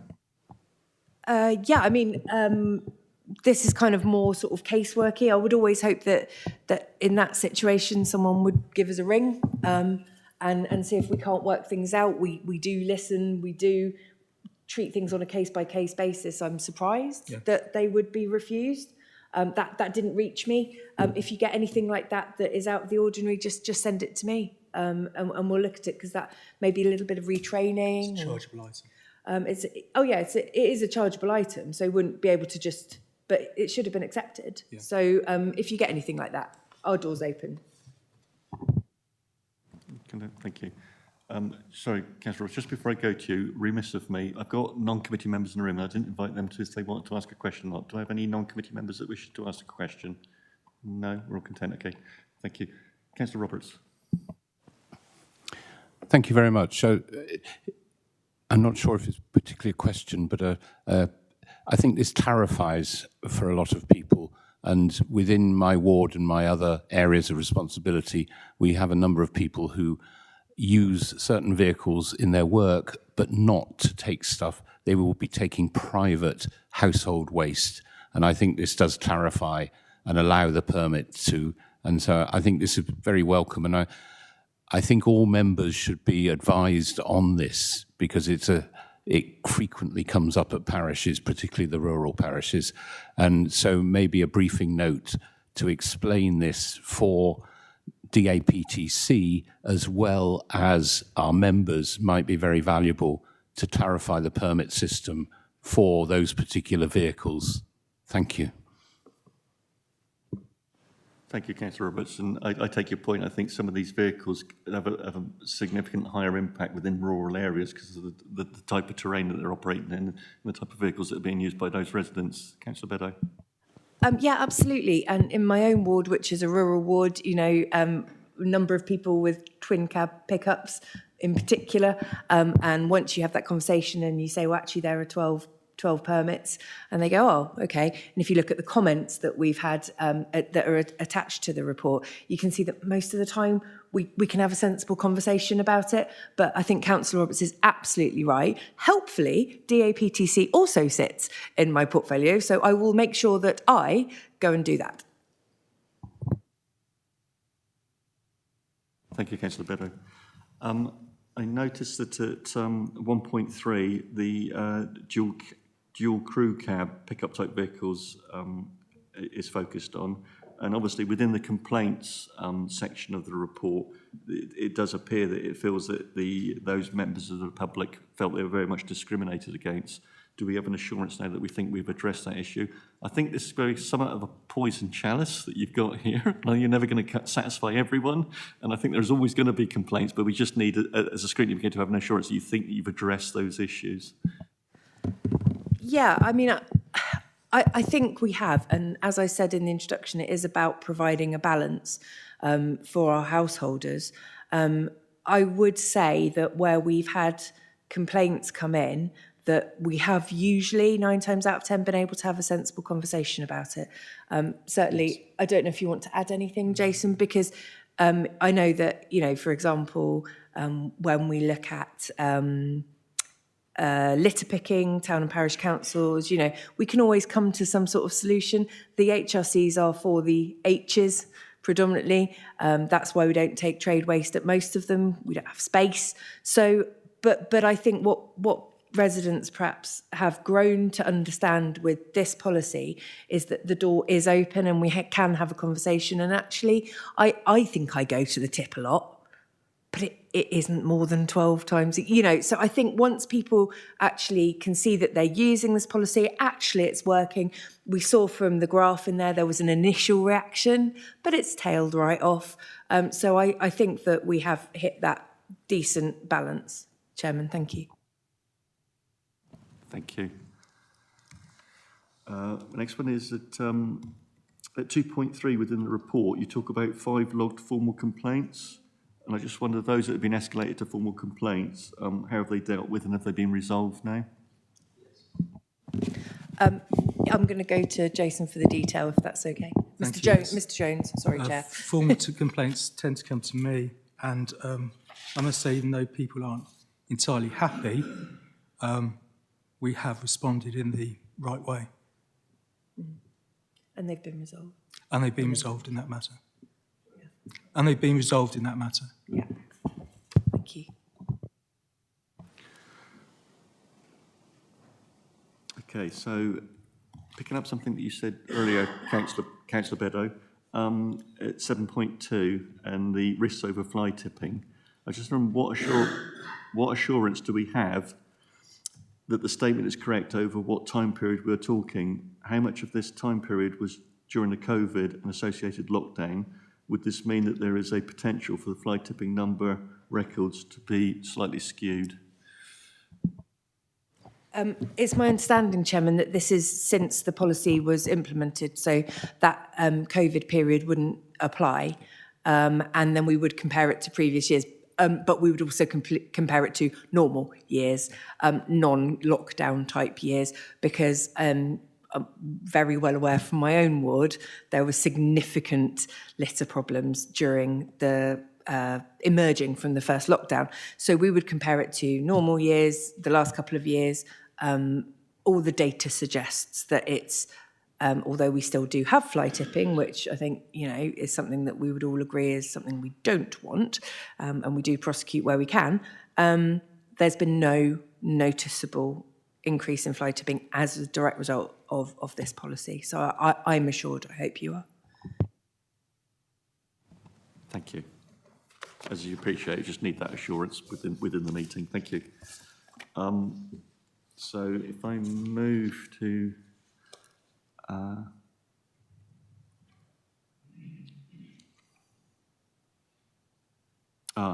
one of the complaints surrounded the wording within the brochure, and I appreciate this is just the one complaint that come in, but I just wondered whether officers have looked at that and whether they've had an overview of that and thought they needed to review it.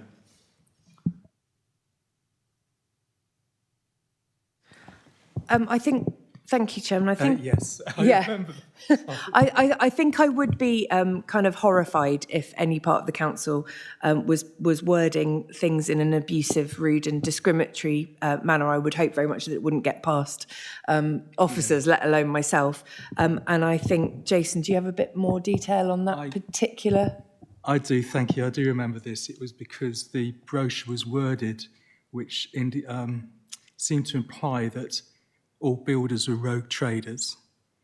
And so we changed the wording very quickly. Thank you, Mr. Jones. Okay, I think we'll leave that there then. Thank you. At least it was spotted, and we did react to it, which is good. Thank you. Can I just ask? There were several complaints within the report about residents with either no or unviable curbside collection are being unfairly treated. I wonder if you'd like to make comment on that.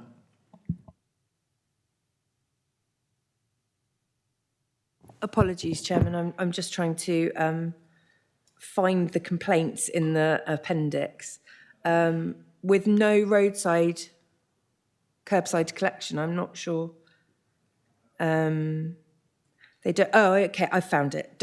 So this is a resident that doesn't use the curbside services as the collection point was half a mile away. I can only assume from that complaint that they have an incredibly long driveway, but that we would still make that available. I would say in sort of practical terms, if they use the HRC more than 12 times, but the curbside is available, it would take them less time to drive to the end of the drive than it would to the HRC. And I understand that actually they were given the collection info and, you know, sort of refreshed about the days and so on. And I think that customer subsequently did take up the curbside offer. So that was resolved.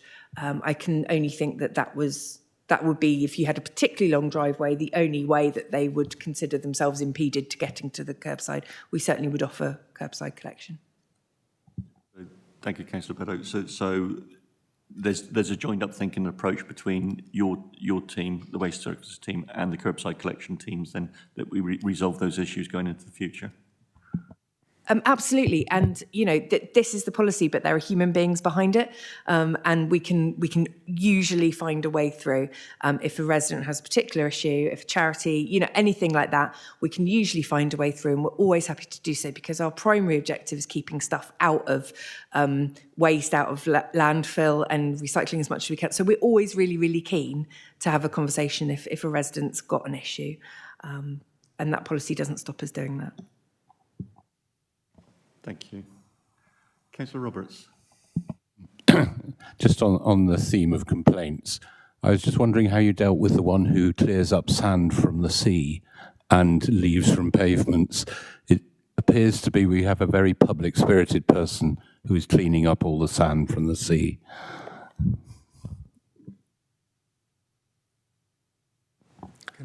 Yeah, I think on that one, Mr. Jones might like to take that one, Councillor Roberts. Thank you. I don't recall the specific advice that was given, but I think this is always very important, why when issues are brought to our attention, we are able to come up with a solution. And it's usually because someone doesn't know the system and this is new to them. And so I have people that are able to call them, talk through issues, try and come to a solution which hopefully won't be as expensive as the solution they may be using, such as putting it in their residual waste bin. We can direct them to maybe a better way of managing the waste. And we have a lot of this when people think that we can't take certain wastes. And they think they're doing us a favour by bringing them to the sites. And so we have a good conversation and say, actually, this is going to be a lot easier for you if you use, you know, the good curbside service. And this is what we can provide. And if people, maybe their bin has been lost, they didn't know that they could collect another one. And so issues like this really come to us. And as I say, this is really about having that conversation with people. And most of these things, sometimes we have to call them complaints. Sometimes I look at a lot of these as inquiries because people really want to know some more information. And we're able to, you know, solve that issue very quickly. Councillor Roberts. It's been mooted that the government are considering moves to improve recycling, and reports that there could be up to 12 different bins for every household. Do you anticipate an increase in the visits to recycling centre rather than people trying to accommodate 12 bins outside every house? I think that generally local authorities are not in favour of blanket sort of directives around recycling. Dorset in particular does really, really well already with recycling. So I would really not like to comment on that at the moment, because I don't know if it's going to happen, but we are in conversations with central government about that. I think you're right. You know, do we want to get to a situation where there are sort of 12 different bins? It's a balance, as ever. And I think, you know, in the context of this policy, you know, I don't think that would impact it, but we are talking to government about those sorts of issues. Councillor Roberts, you content? Thank you. Thank you, Councillor Biddle. Okay, so if I move to, there's several comments within the complaint section around large gardens. Yep. So that was positive. So the green waste, does this need to be restricted to 12 visits a year? And I understand that the council actually composts this waste, so it's got a beneficial gain to the council authority. And I'm just wondering whether we could be more flexible over those large gardens and those trips to the waste sites.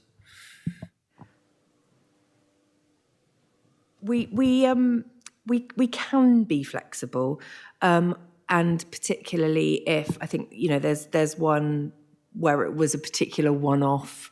And they were doing a job within their own household, within their own garden. We do have the garden waste collection service. I know that's an additional paid service, but it does represent really good value for money. And of course, that's taken away from the curbside, so you don't even have to jump in your own vehicle. But again, it's picking up the phone. I think you know. We try to be as flexible as we can, but we do have to find a balance for every householder in Dorset who are using these facilities. I don't know if you wanted to add anything.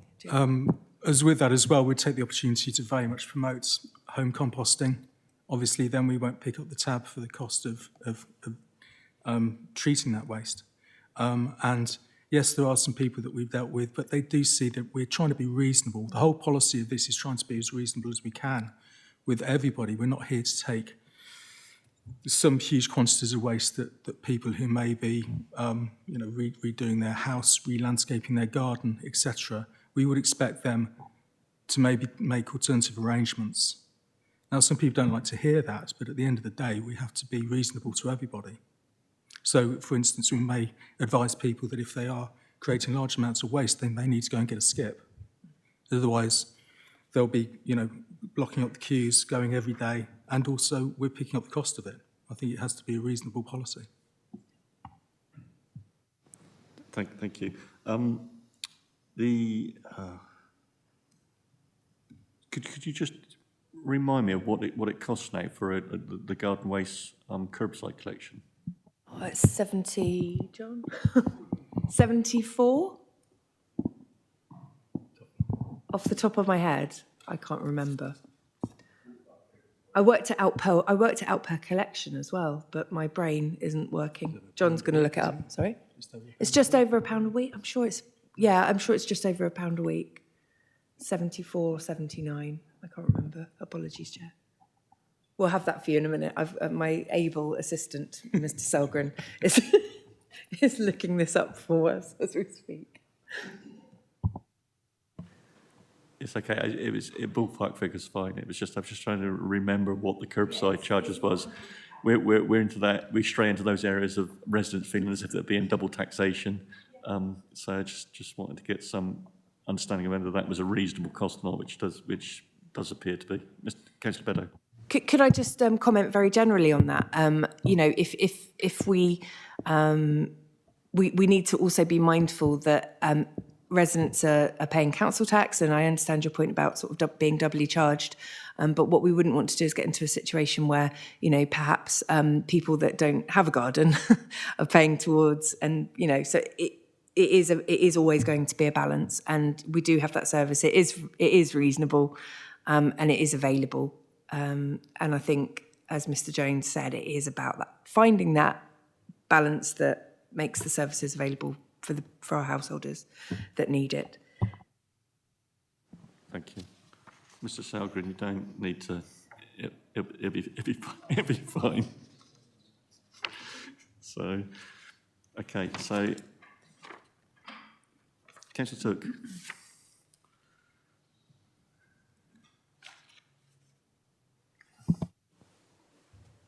Thank you, Chair. This might be a bit of an ignorant question. Please forgive me, I don't tend to use Dorset recycling centres. Living in Old Holt, I use Hampshire ones. But this thing about 12 visits a year, that's for those things that require a permit, yeah? I could take my garden rubbish once a week if I wanted. Is that, just a bit of clarification on that, because it's getting a bit confusing.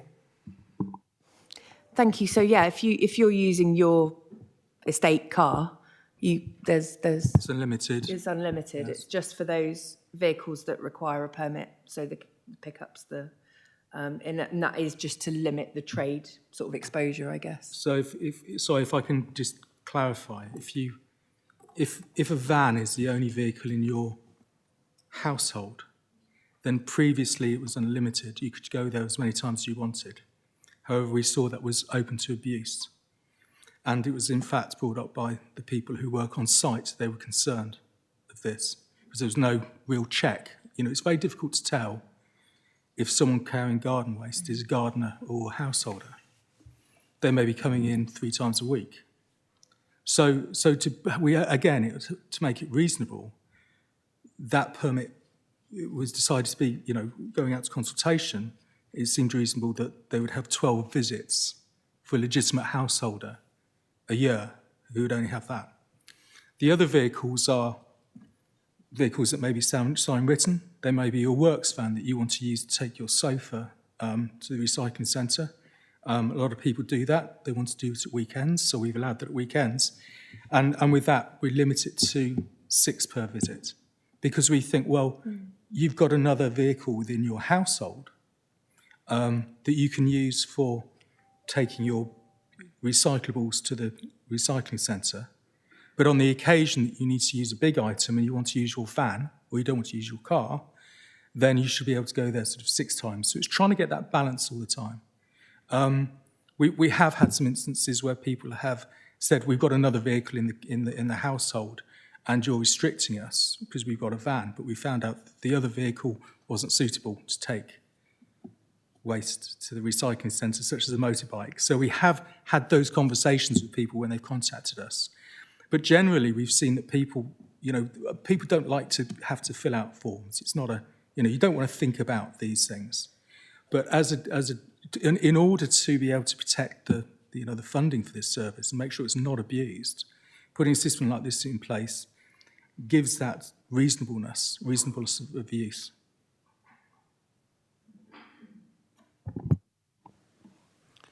Okay, thank you. In terms of people hitching a trailer to their car and going there 3 times a week with clippings from gardens that they're working on doing, that's not a problem. Yes, there is a limit on the size of trailer because, as you may know, some of the sites are very small. The manoeuvrability on those sites, and even though everyone thinks they may be an expert on driving their own trailer, I've seen some quite horrendous driving, and so they are limited the size of the trailer just so they don't block up the sites and cause an issue. People will have a small trailer and they'll use it and they'll go down the sites every day and they're quite free to do that. This is just looking at the ones that potentially would be used by traders. Okay, thank you. Thank you, Councillor Took. Councillor Beddoe. £65 a year for garden waste. So we're cheaper than I thought. Even more of a bargain, Councillor Beddoe, thank you. Councillor Brown. No, it's been answered? Thank you. Okay, so if I can move to within the complaint report that you provided with us, there was several issues concerning emails and wrong addresses, and some issues with filling out the form for the permit. I'm just wondering whether that has all been resolved now and the system's running a lot more smoothly now, I'm guessing, which is more than my mate is, unfortunately. Yeah, absolutely. And I think that goes back to Mr. Jones's point about some of the complaints as such are actually more a discussion that we've been able to help people to, you know, resolve an inquiry. It's not necessarily a complaint as such, but we have been able to resolve all of those with a conversation.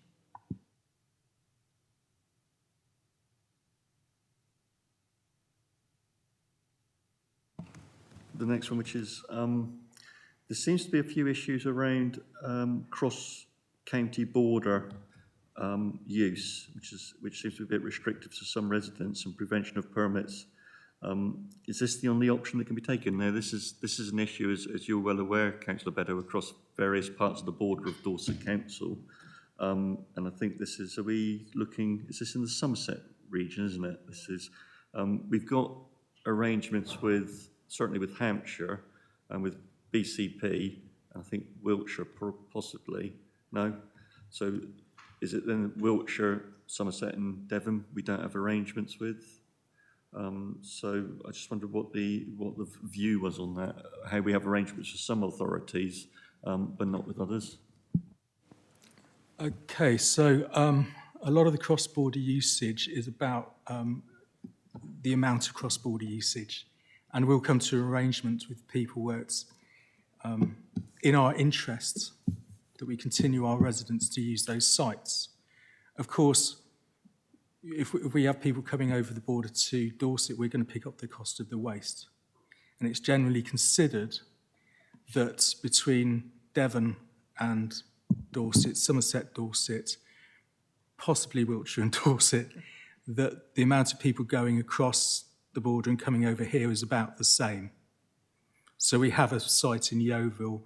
People in Yeovil may use Sherborne, some people in Sherborne use Yeovil. So we have about the same, but we have in the past done surveys, and that is really quite laborious and quite expensive. You know, is a person on site asking you where you've come from today.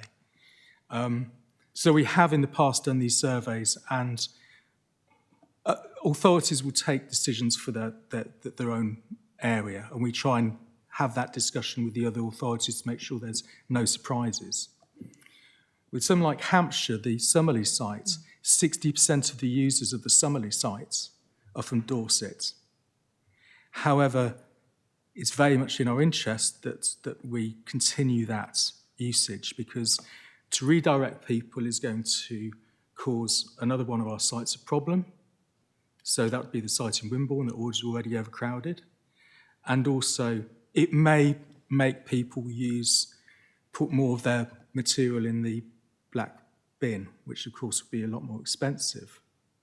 So we have been able to make these arrangements, and reports have previously come to committees about those financial arrangements. So we have arrangements with Hampshire, and we have arrangements with BCP. And we pay them in order to take the material. And we calculate that by actual costs, numbers, and recording and various things in the background. The one thing that isn't covered by any of those neighbouring authorities is permits. No authority will give a permit to someone else outside their borders.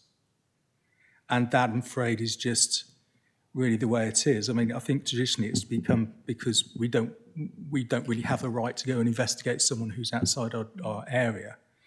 But it hasn't really been a problem. People tend to adapt and understand it, and they'll use their nearest sites that can take them. But all of the authorities have got a policy where they won't, because all the other authorities have got vehicle policies, and we try and align our policies with the other authorities. We don't always have exactly the same policy, but we tend to have the same kind of policy and the same kind of numbers. But they won't give vouchers or permits to people from outside their area. So if I understand it, just to get the clarity around it for myself and for the committee, then Obviously, with the BCP area with Hampshire, it's just the sheer volume of that cross-border arrangement with the amount of residents using those HRC sites. Whereas within the Wiltshire, Somerset and Devon borders, you just haven't got that volume of residential movement across the border into the neighbouring waste sites. And the direction, the line that you've taken is the same as within Somerset, Wiltshire and Devon. As authorities, we're fairly aligned on that then, is that what we're saying? Okay, thank you. Councillor Gorringe and Councillor Roberts.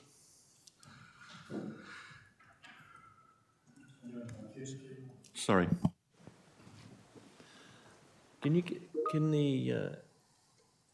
Laura or a colleague give me some idea of what it costs to dispose of fly tipping?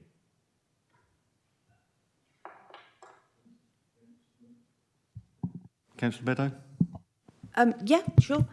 So I think it varies. It really varies. I think we spent about £25,000 clearing the East Dorset area. When we have to get contractors in, it's more. The disposal costs are varied because some of it might be able to be recycled. So it's really. I don't think I can put an exact number on it. Jason, I don't know if you have anything to do specifically with fly tipping. But if you're talking about the annual costs, those are figures that we can provide, but I don't know them off the top of my head. Find fly tipping is rarely domestic. It's rarely people who can go and access a recycling centre. And I think there may be a concern that things that happen at the recycling centre, what we don't do is prevent legitimate people from using it. A lot of fly tipping will come from people who will clear houses and will not want to pay the cost of disposal, which is increasingly expensive. So now we have a new issue with sofas, anything upholstery, where to dispose of those actually need to be incinerated. So the old avenue where people used to get rid of them has now gone. And as people are trying to avoid costs, that's when you're going to get the fly tipping. So we work with our current contractor who's found a solution for the upholstered. We're very much working with them for them to offer these services to trade, to try and prevent these items being fly tipped. But at the end of the day, that trader may have to pay £200, £250 a tonne to get rid of that material. And so they're the ones that could fly tip. So we pick up various things. A lot of them can be the expensive stuff. But a lot of it will be house clearance things we can't go to the recycling centres anyway. And we only provide a couple of areas where we can take that trade waste, but our infrastructure is very poor. So we can only offer that at a couple of sites. But of course, as we're developing new sites, hopefully in the future, we'll be able to offer more of those services. And so people won't have an excuse to fly tip, because the excuse of fly tipping is really because they don't want to pay for the disposal of that material. Thank you. Did you wish to come back, Councillor Gorringe? That's answered my question. Thank you. Councillor Roberts. Thank you, Chairman. I was just wondering what happens in areas like Uplyme, which has a DT7 postcode, and how would we check who was coming in to, say, the Bridport Recycling Centre, if they're not resident? Obviously, do you check for, if you're issuing a permit, it's on whether they pay council tax? It's just they really consider that they're part of Lyme Regis, even though they're in Devon. People use the site that's nearest to them. Well, they tend to, unless the site is very difficult to use. So we do have some people that want the split-level site. I love the Bridport site, but then I was involved in the design and the build of it. It's very easy to use. We wouldn't give a permit to someone from Upline because they're out of the area, but they're very free to use the site. And, as are some of our residents using the sites in Somerset. So where we have a small amount of cross-border, it would be more expensive to try and put something in place to regulate that. The time that we do come to these arrangements, because a lot of the time you might need someone additional on site to check, and they've got enough to do to say, well, you're from there, you can't come in.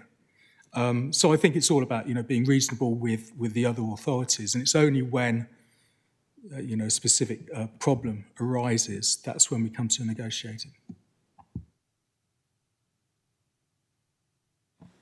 Thank you, Councillor Roberts. Just before I go to Councillor Brown, I'm going to ask a question in a minute which has got some legal issues surrounding it. On page 48 of the report, on the 28th of the 12th and the 10th of the 1st, 2 complaints that come in. I'm not going to go into the detail of those complaints, but I'm going to ask a question around in a minute just to give the officers the heads up before I ask that question. Did you capture that, Mr. Mayor? It's page 48 in the complaints document, the 28th of the 12th, 2022, and the 10th of the 1st, 2023. Okay, and I'll go to Councillor Brown now while you read that. Councillor Brown. I'm just wondering about the permit issuing process. Is that something that can be done on site when someone arrives? So that effectively, brilliant. I'm seeing nods for members at home. So that removes that barrier. We're not turning anyone away who then may get frustrated and do fly tip on the way home, shall we say, because in a rural ward such as mine, I'm sure you can understand the repeated frustration of residents whenever they see fly tipping. It's probably worth adding that we have a contractor that runs our sites for us, and we worked very closely with them to design this and also design the process. People don't like unloading their waste. They want to get rid of it. And we fully recognise that. And so do the people on site, the people that run the sites. And so they're very keen to let legitimate users in there. And they have all got tablets. And we've introduced proper Wi-Fi on the sites to make sure that all of those areas are able to register very simply. And the site operative will register for them so that they can have a permit there and then deposit their waste. And then it also gives the opportunity to have a bit of a chat about waste management. Satisfied with the answer, Councillor Brown? Thank you. Councillor Took. Thank you, Chair. As I said earlier, I tend to use the Hampshire tips because they're closest to my home in Alderholt, which is right in the east of the county for people who might not know. And to use the Summerley tip at Alderholt, the Summerley tip, I need to register my vehicle with Hampshire County Council. So they've got my registration detail. They have, or they're supposed to have ANPR to check when I go in. I'm not sure that's actually operating at the moment. Councillor Bryan's nodding his head. He may know more than I do on that. But my question is, I also have to book a slot. So I look at that and say, okay, and I book a half-hour slot to deliver on this day, between these times, and I go, I get there, I drive straight in, I get rid of the rubbish, and I drive out. And it is so simple. There's no queuing, no hassle, no problems. And I'm just wondering if something like that, it has been considered for Dorset. Yes, and it has its pluses and minuses, as you might expect. With your leave, Chairman, because it's not directly on this policy, I mean, I think that could merit a whole discussion on its own. But I know Jason wants to come in on it. It was very much considered, and these things were brought in during COVID because we were the only party in town. There wasn't anything else for people to do, and we were ordered to reopen by the government. So we had a very interesting February and March one year when really we were the only people there. So people brought in these booking systems. The government's currently looking at the booking systems. We didn't bring them in. There was a long discussion, and the main crux of it was the expense of introducing a system, having a lot of customer contact, having all this different equipment, the ANPR, having the interaction with the people on site during a time of a pandemic. So we did have a lot of consultation on this. We looked at what other people were doing. The fact that the government are now also consulting on it and have really directed that they didn't think it was a very good policy. And they're looking at that, and they're also looking at charging, because again, they're worried about fly tipping. One of the concerns was that, and speaking to colleagues in other authorities, anecdotally, the amount of waste that they're taking has gone down. And you do wonder where that's gone. And whether people, and then also we're having reports from the the collection authorities that the amount of residual waste that they're picking up, which is obviously very expensive, has shot up. So people finding, it's very difficult to know exactly what's going on, and it takes a long period of time in waste management for people to change behaviour. But the people that would have come to the recycling centre to deposit their green waste, which of course is a lot cheaper to treat than residual waste, are people now putting that in the residual waste bin. And these things are going to take a lot of time to actually work out what people are doing. So the other thing is that some people find it easier than others to use technology to book appointments to go to visit different things. You have to book to go to the dentist, for instance. With waste management, a lot of people don't think about those things in advance. And I do recall some of the sites, because we did look at what the websites and what they were doing, and especially because they were affecting our residents over in the east. And they were having to wait days to get an appointment to take your waste to the recycling centre. Now I understand that's not the case, but at the time when everyone was introducing them, people were having to wait up to a week. So that's where we really had to take the decision, and I don't know if people recall, but we had traffic management on the site for those periods. We got through that period of time, and then everything settled down. So it's not something that we're currently looking at introducing. We're really waiting for the government's report on those aspects of waste to come out. Okay, thank you for that. If I may, Chair, just one other question, slightly related. Commercial waste, DWP offer a commercial service, as indeed do other organisations. But is it possible for someone who has a commercial waste requirement to make a booking for a more convenient location, or how can that help people find the best recycling centre to take commercial waste to? It might not be a household one, but it might be. If there's only a small amount of waste, which is technically commercial, but could somebody pay to use an HRC to get rid of that waste? Thank you, Councillor Took. I'm happy for you to answer the question, but I'm a little bit concerned we're starting to stray off topic from the policy, because we're starting to get into booking in systems, which isn't part of our policy at the moment. But I'll allow you to answer the question. Yes, some of them, but not all of them, because some don't have the capacity. And generally, if somebody is, for example, running a business that involves waste disposal, they generally know where they can go and where they can't go, but it isn't all of the HRCs. But we can pick that up after this meeting, Chair, if you want. That's where that goes to. Thank you. Thank you. Okay, so I just want to move on to, as I said just now, on page 48 of the document, 28th of the 12th, 2022, and the 10th of the 1st, 2023. And I'm not going to go into the detail of what the two complaints were. There were formal complaints that, as I understand, they've been addressed. I think it was said earlier has been addressed. My question is around, can officers justify that this is a fair and equitable policy and not open to legal challenge, as you will know from the content within those two formal complaints? And I would just like to get an understanding, as I say, as a scrutiny committee, do we have an assurance that the policy we've got in place cannot have a legal challenge coming to it? And I'm perfectly happy for the monitoring officer, Mr. Mayor, to answer that if you feel that would be better, and I can see Mr. Jones smiling, so it obviously is. Yeah, I think we all are. Thank you. Mr. Mayor, over to you. Thank you, Chairman. I'm happy to confirm that, in my view, the policy is lawful. And I had an exchange with one complainant about this. I think it's possibly the person at 10.1.23 on page 48.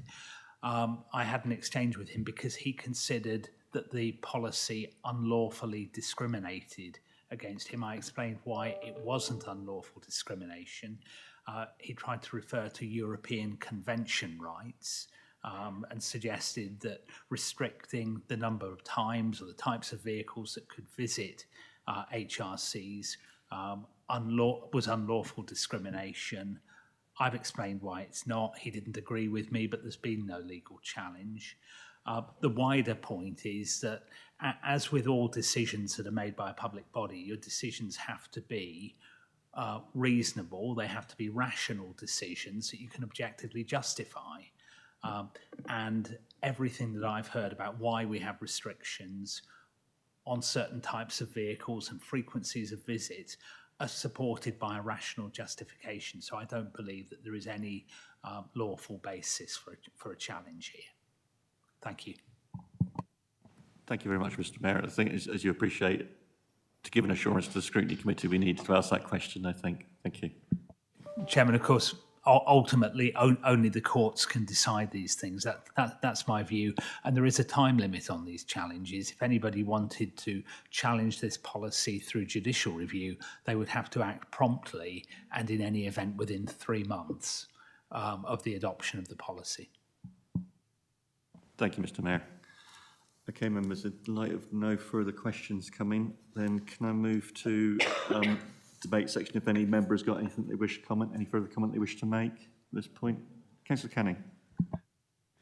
Yeah, I think the thing that comes across very clearly from my point of view is as long as the complaints are under control and are low, and as long as fly tipping is clearly not getting worse and being dealt with, then the policy is working. That's the overall position, and I think we probably should be quite pleased by the report we've had today, and find it personally, I find it quite reassuring. And certainly, as a council member, I haven't had particularly huge complaints or anything about recently. There have been individual cases of fly tipping, but then there always are. Everything at the moment, touch wood, seems to be under control. And therefore, I think to answer the point on the paper, I'm not sure we really need to ask Overview to do any more work at this stage, because as I say, things seem to be okay. We just got to monitor the situation and make sure it stays like that. Thank you, Councillor Canning. I'm just going to ask Ms Watson just to give a summary of what we've captured so far within this debate. Okay, following on from what Councillor Canning has just sort of summarised, the general points I've got, members and DAPTC to be sort of raise awareness of the changes in this policy, and I think that was agreed that the portfolio holder would take that away. You've received assurance around the use of dual cab pickups. You've heard that formal complaints have all been resolved.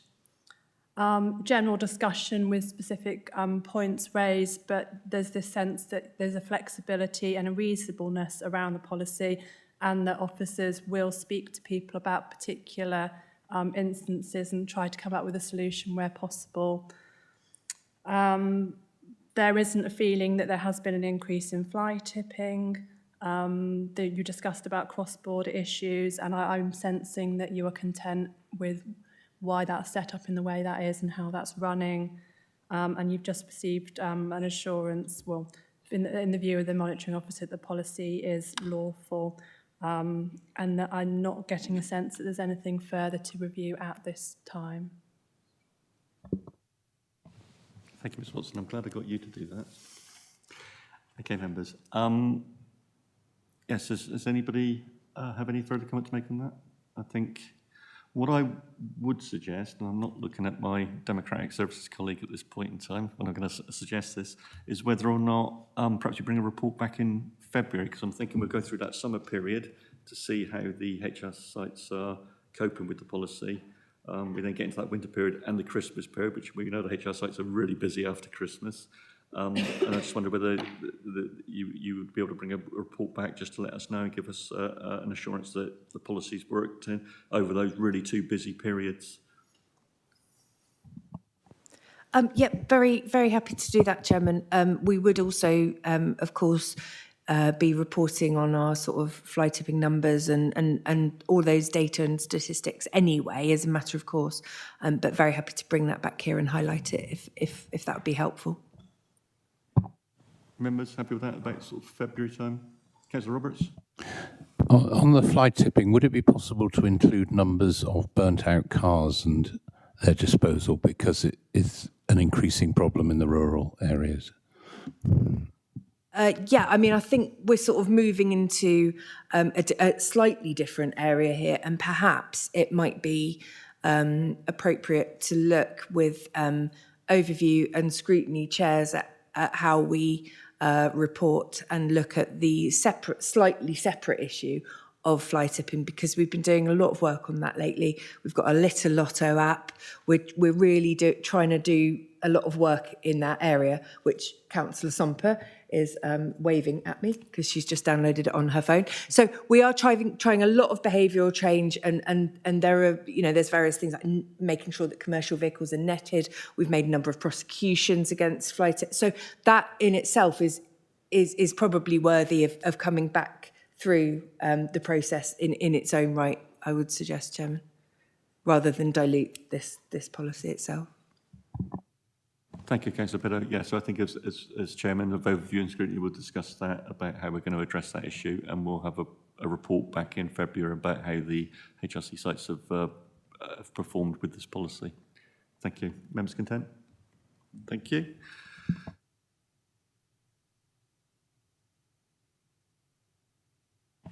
Okay, members, we'll move on to agenda item 10, Bus Service Improvement Plan 2022 update. The recommendation is that the committee notes and comments on the refreshed bus service improvement plan and provides feedback on the short-term delivery programme through 2024-25. So you note that the link to the committee's review of the Local Transport Plan 3 at the May meeting, and we're looking forward to the Local Transport Plan 4. Presenting, I've got Ms Sue McGowan, Head of Dorset Travel, to present, including a PowerPoint presentation. And also in support of Ms McGowan is Mr Owen Clark, Strategy and Policy Team Manager, and Ms Deborah Fiddick, Transport Planner, Public Transport. And there is going to be, as I said, a PowerPoint presentation, and I would ask members to ask their questions at the end of that presentation and make a note of any slide numbers that they wish to refer to. Okay, so I don't know if the portfolio holder, Mr Ray Bryant, wish to say anything at this point in time? No, Chairman. No, Chairman. I'm very happy that the brains behind me can deal with this. No doubt I'll get some political questions later on. Thank you, Councillor Bryan. Okay, so over to you, Ms McGowan. Thank you. Thank you, Chair. Good afternoon, it is now, I believe. So, yes, I'm here today to present an update on Dorset's Bus Service Improvement Plan, or BSIP, as we call it, and to invite this committee to comment on the refreshed plan that you've seen as part of your committee pack. And we would welcome your feedback on the short-term delivery programme that's outlined in the committee report at paragraph 1.7. So I'm just going to give you a little bit of background on the bus service improvement plan. The government announced plans for a national bus strategy in March 2021 to address the decline in bus services and passenger numbers, particularly in the rural areas of England. So Bus Back Better was launched, and all local transport authorities in England were invited to bid for funding to improve the public transport network in their area. The direction from the DFT was that BSIPs should be transformational and highly ambitious. And there was an expectation that there would be a mix of capital and revenue funding available. So Dorset prepared its BSIP with input from a wide range of stakeholders, including the bus, rail and community transport operators, town and parish councils, educational and health establishments, businesses, other special interest groups, including sort of bus user groups and campaign groups, both nationally and locally. So an online consultation was also held for members of the public in July, August 2021. So the next slide, please.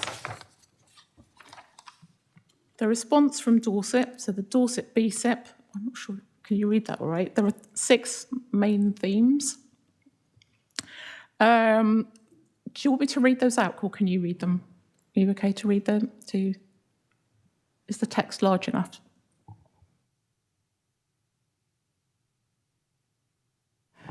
Okay, so the 6 main themes are to promote better use of the existing network, introducing simpler and better value fares, providing an easier to understand ticketing system, providing better connections within the existing transport network, improving journey times, and exploring alternatives to traditional bus services to enlarge the current network.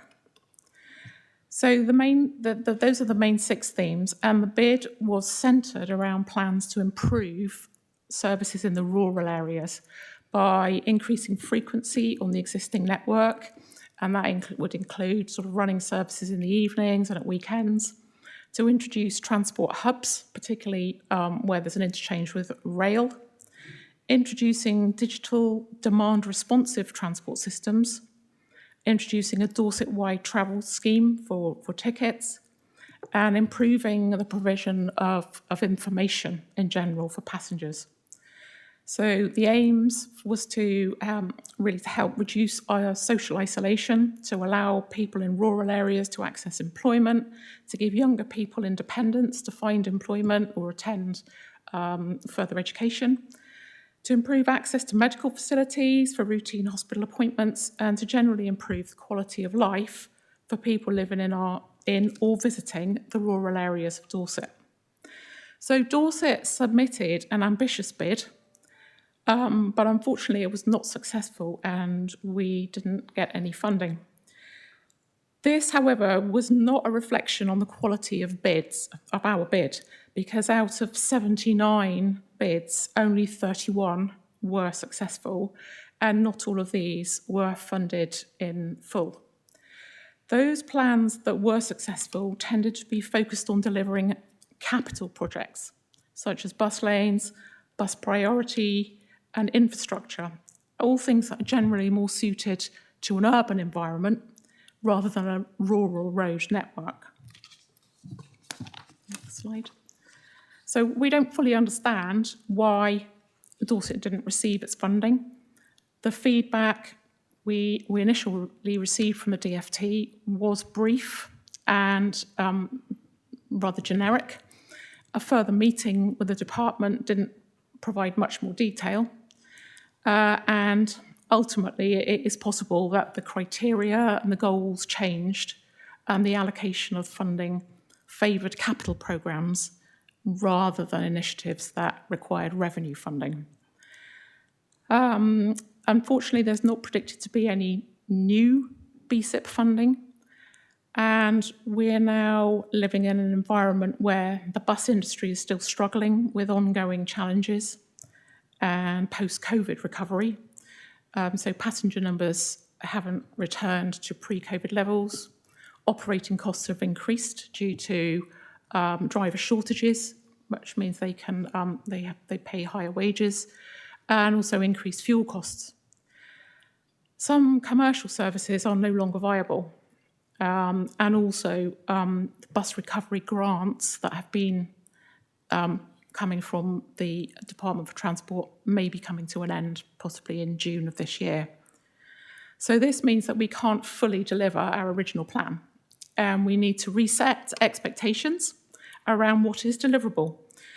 We want to deliver meaningful improvements in partnership with the operators and other stakeholders, but within our existing budget. So the government requires that our BSIP is refreshed annually. The 6 themes, though, they will form the basis of the refreshed document, and the original BSIP remains the underpinning document, if you like. So the mechanism for delivering our BSIP is through an enhanced partnership. And it's about working in partnership with local bus operators. Now, this is a new way for operators to work because they are expected to work collaboratively with each other and the local authorities for the benefit of passengers. So previously, there's been no need for any cooperation between operators, and each of them just make decisions on a commercial basis to suit themselves. Any new operators that register new services in Dorset will be invited to join this partnership. And we are also intending to invite a representative from a community transport sector, as we believe that the community transport could offer some useful solutions.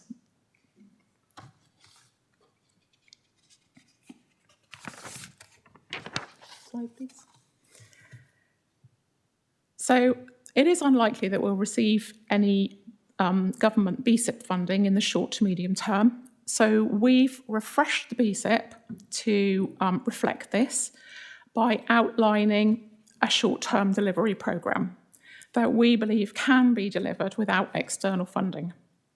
But we've also included, as you'll see in paragraph 1.7 of the report, we've also included some deliverables that we think we can achieve if we did get some external funding. So we are keeping this document as a live document, it's a living document, so that we're ready to go should funding sources become available.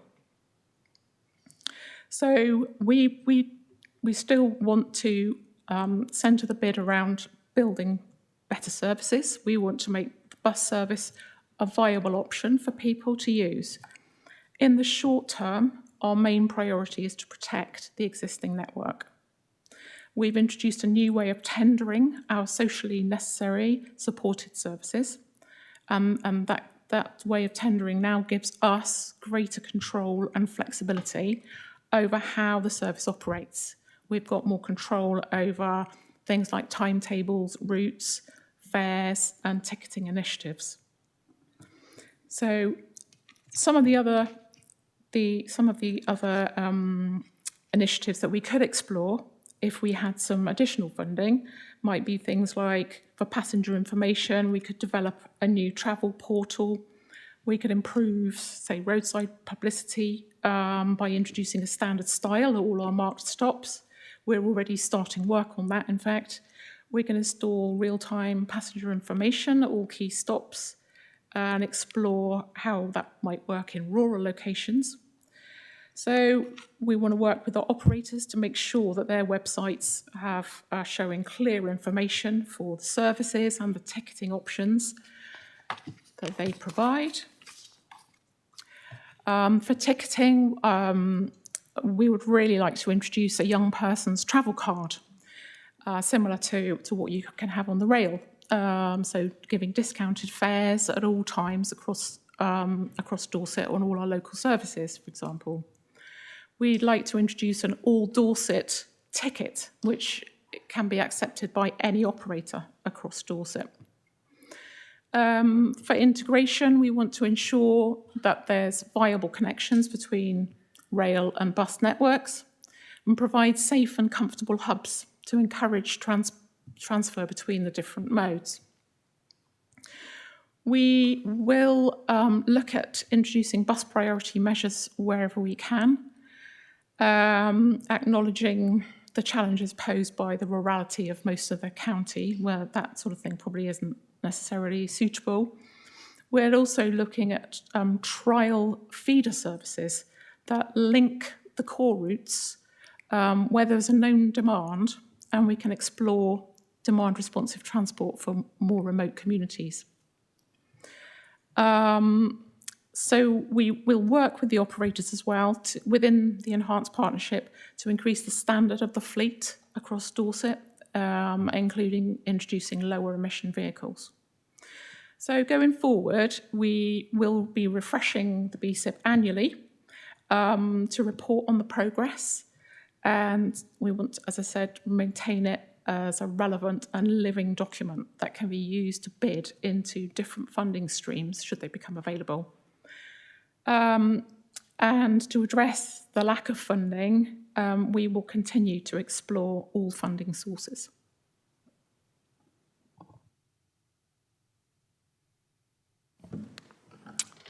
Thank you, Mr. McGowan. An excellent report. Thank you for that. But before I move to non-committee members, Councillor Beddoe, my apologies. I should have given you and Mr. Jones a thank you at the end of your presentation. It was a really good presentation. Thank you for coming and answering the questions. Very impressed me. I'm a rubbish as a chairman. I'm now going to move to non-committee members. If there's any questions from non-committee members, Councillor Alford. Yes, thank you, Chairman. I have a preamble and a question.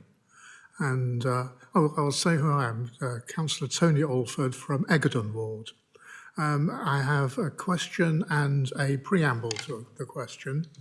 And it's really to ask what BSIP has to offer rural areas, because I've struggled to find it in the report. And the preamble takes as an example Maiden Newton. Now, Maiden Newton have a dedicated parish councillor who produces a monthly sheet called the Transport Plan. And it has the train timetables and it has the details of how to access community transport. There are no buses that can be included. But this report is produced every month and the website is updated. And it seems to me that the parish are doing as much as they can to publicise what's on offer, particularly so far as community transport is concerned. But the numbers are down in the same way as bus usage is down, the users of the community transport are down. And I do feel as though the parish are doing as much as they can to promote the use of this service, but it needs more. I don't know where the more is going to come from. I'm not sure whether it comes from BSIP or what BSIP has to offer a parish such as Maiden Newton. So I'd be interested to hear.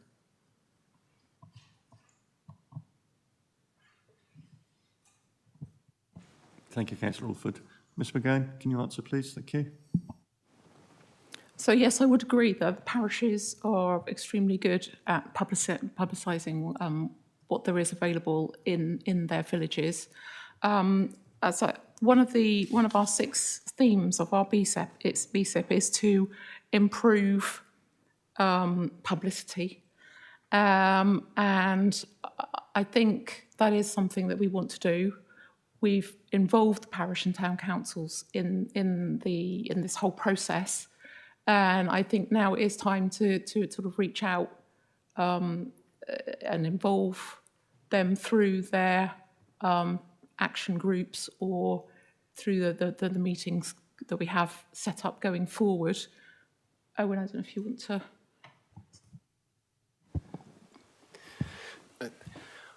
The model that we want to create is one where our rural areas are connected into our public transport network via feeder services, connecting at hubs, so that our rural communities aren't left behind and they don't suffer from mobility and accessibility problems. So that's one of our sort of central policies, is around introduction of feeder services, demand responsive services, integrating those community transport routes to try and provide those links into the public transport network. Councillor Alford, do you wish to come back? Yes, just one further observation really on that point. There's a graphic in the report which shows that you can catch the train to Maiden Newton. but there's no connection with any other service once you get there. So I think we are, in terms of the material we are publicising, emphasising a point of lack of connectivity.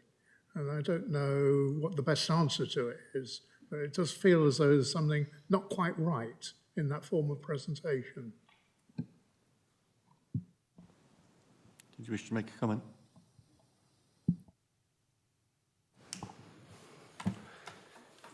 I think the difficulty we have with somewhere like Maiden Newton is where the rail service in itself is also infrequent and doesn't follow a standard pattern. And then we've got other transport services trying to connect, like community transport, and it just makes that connection, that interchange, quite difficult.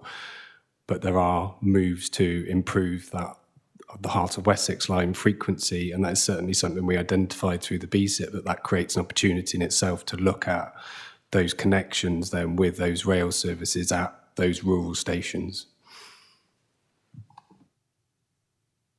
Councillor Alford, you're satisfied with the answer? Yes. Thank you. I've got Councillor Gorringe next, and then Councillor...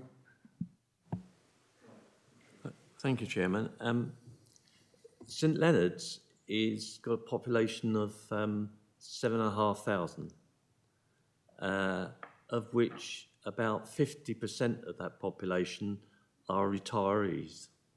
Now, we have a bus service, which is a number 38, that runs from Ringwood to Ferndown. The first bus that arrives in St Leonard's from Ringwood, it leaves Ringwood at 10 and arrives in St Leonard's, it leaves Ringwood at 9:50, and it arrives in St Leonard's at 10. It then arrives in Ferndown at 10:24. Now, you can get a connecting bus to Poole, which is the X6. That arrives in Ferndown at 10:35, which arrives in Poole at 11:23. Now, the last bus that leaves, the 38, the last bus that leaves Ferndown is 1:10. So there's only 4 round trips a day. So to get back to that time, you would only have something like 22 minutes in Poole before you would have to catch the bus back to ensure that you could get back to St Leonard's. So you have no chance at all to do anything while you're in Poole. So if you had a hospital appointment, for instance, you'd have 22 minutes to get that hospital appointment over and back on the bus again. So my point is that the 38 bus is just not fit for purpose, and the fact that it actually ends at 1:10 every day. So there's no bus service after that time.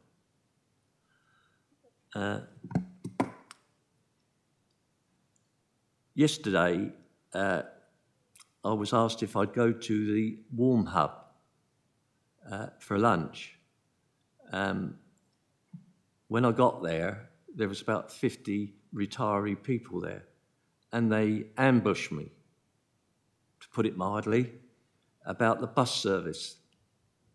So, and last night, we had a parish council meeting, and that was on the agenda. And again, it didn't go down well, the bus service that is virtually not fit for purpose.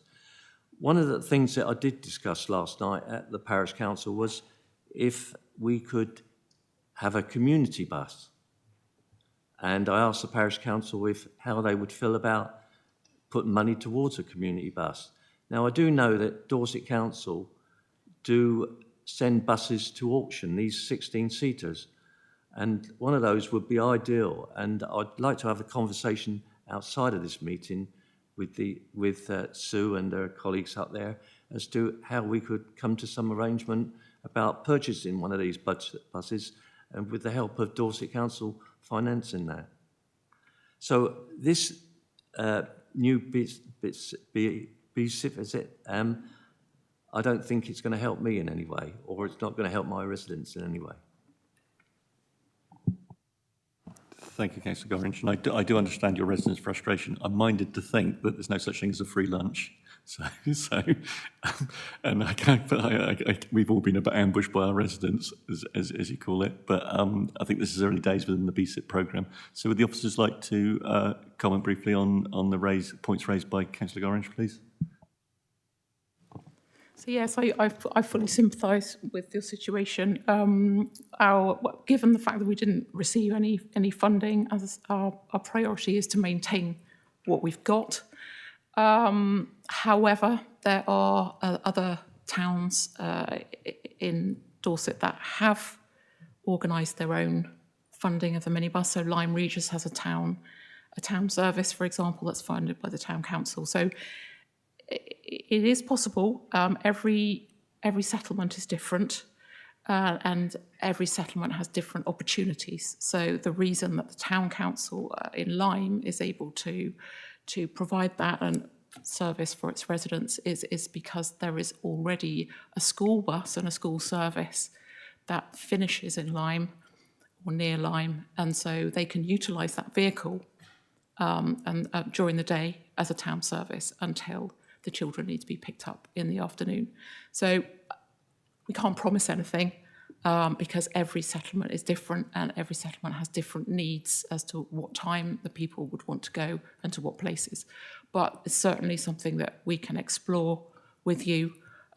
You may be aware as well that one of our minibuses we did donate to Beminster Town Council, and they run a service on a Saturday morning between Beminster and Bridport for the market, which I think is operated by volunteer drivers. But yes, happy to take that up with you and have a conversation. Thank you. Councillor Gorringe, you content with that answer? Yes, I'd certainly like to have a meeting outside of this meeting with Sue and her colleagues and also with Councillor O'Brien as well, and see if we can come to some kind of conclusion to help my residents. Thank you. My next speaker is Councillor Trite. Thank you, Chairman. This links very closely with Councillor Alford's question, although in a more generalised sense. Given that one of the aims is the improved integration between all transport modes, I would suggest that the most important of those is better integration between road and rail. Now, how are you going to persuade or incentivise rail operators to cooperate in that necessary integration between road and rail? And I don't think hubs are the entire answer to the problem either.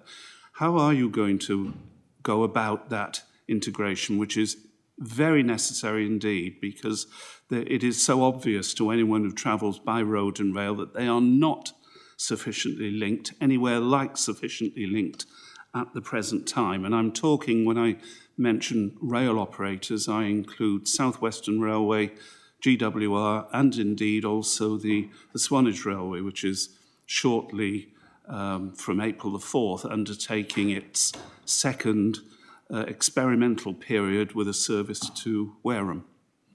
So how are you going to go about it? Thank you, Councillor Trite. As ward member for Wimborne Minster and having lost its railway, I'm so envious of Swanage, as I'm sure a great deal of many other members are, particularly now you've linked up to the main line as well. Ms McGowan, could you answer, please?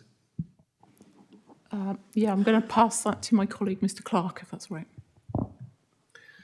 So the train operating companies have been extensively engaged in the production of the BSIP from its inception, and will be ongoing through the enhanced partnership.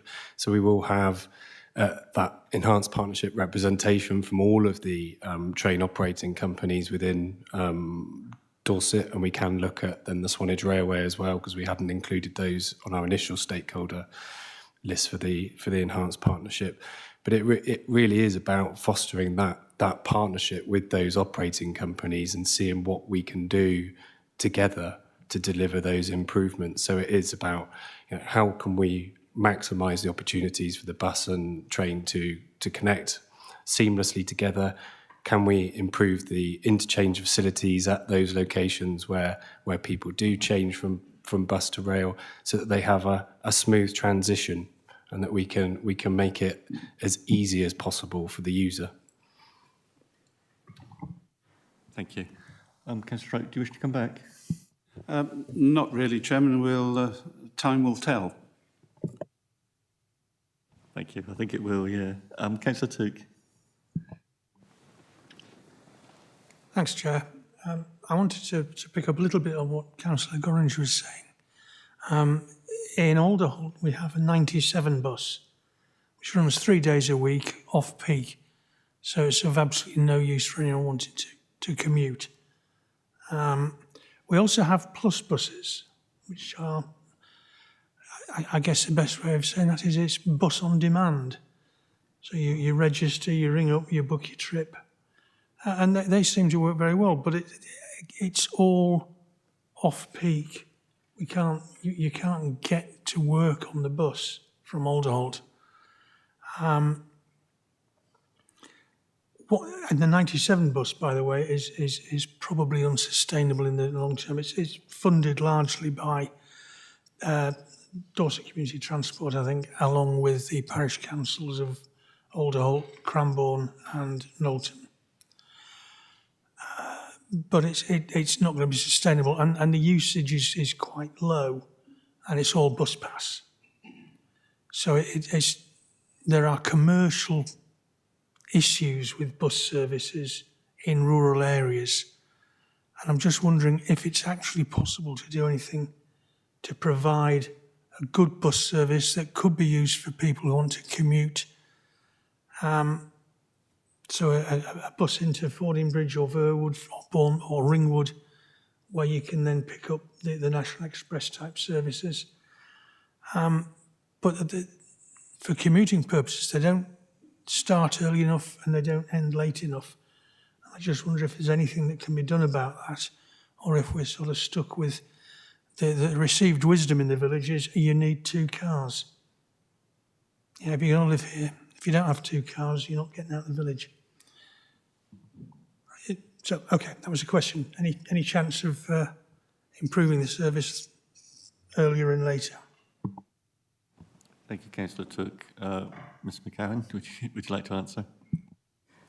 Yes, thank you. So the demand responsive solution was one of the major parts of our original BSIP, and we bid for a substantial amount of money to try and deliver that.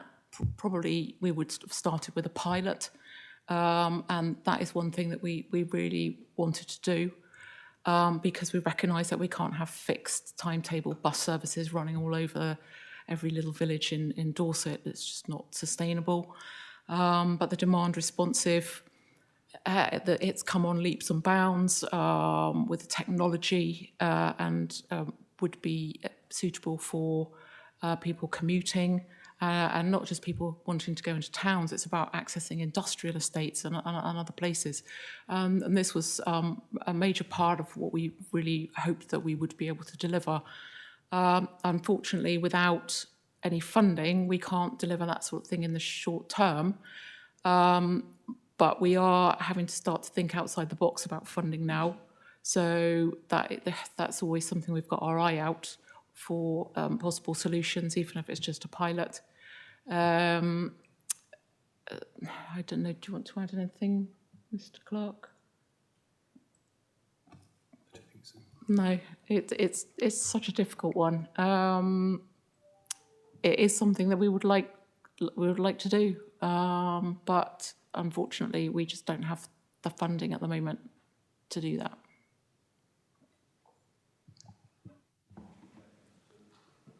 Thank you. I think that's fairly clear and more or less what we expected, however disappointing it is.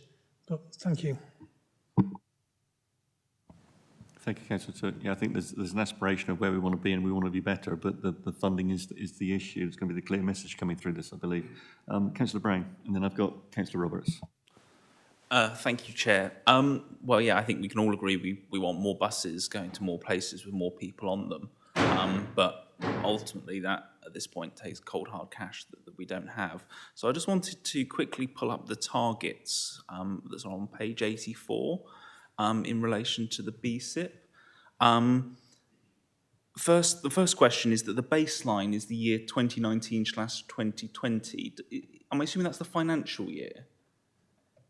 Weren't we in lockdown in March and April of 2020? Is that the best year to be using if 2 months of that year none of us were legally allowed to leave the house? Is the first question. So lockdown was the end of March 2020. So, sorry. Do we see much of a change from the year before? Because it doesn't feel like the best of years to start with.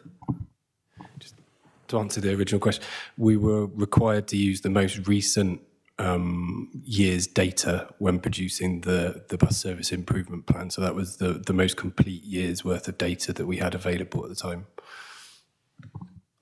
Okay. And I guess the other thing is that how are you going to balance the desire to want to have more bus services going to more people against the improvement against that baseline? Because I must admit, some of these numbers, and I appreciate that I'm assuming this also covers private operators as well as the routes that we subsidise and therefore have more an effect over. The fact that 66% of buses are on time, that 49% of customers are not satisfied with the service that they're receiving. These numbers, there's definitely room for improvement. How are we going to make that decision on what's the priority, expansion or getting the basics right with what we have currently? And I have one bus a day, which I can complain about, so I won't go into the specifics for my ward.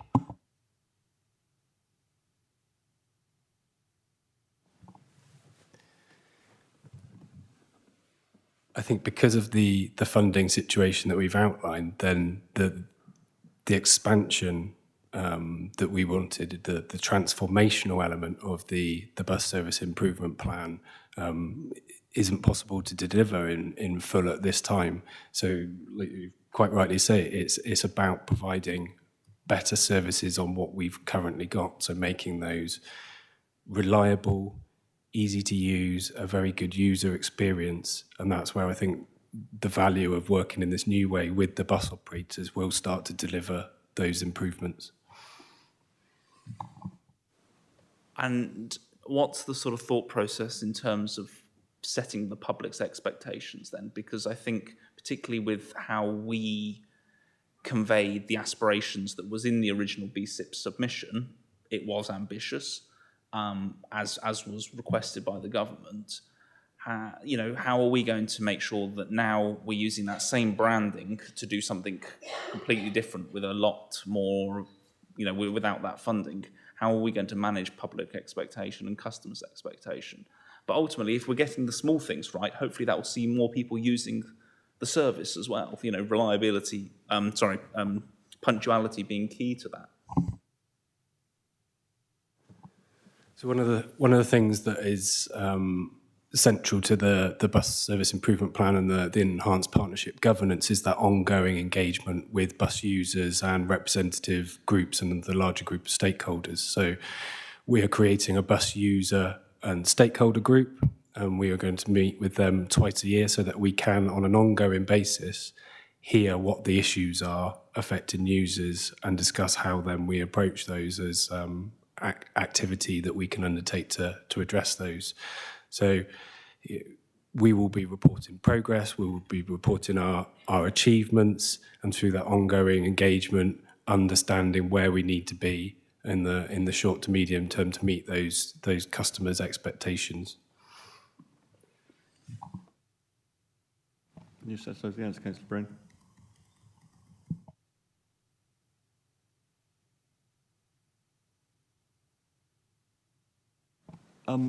Councillor Brown picks up on a point, and on page 76 in the report, declining passenger numbers, where it lists through those critical years from 2018 through to 2022.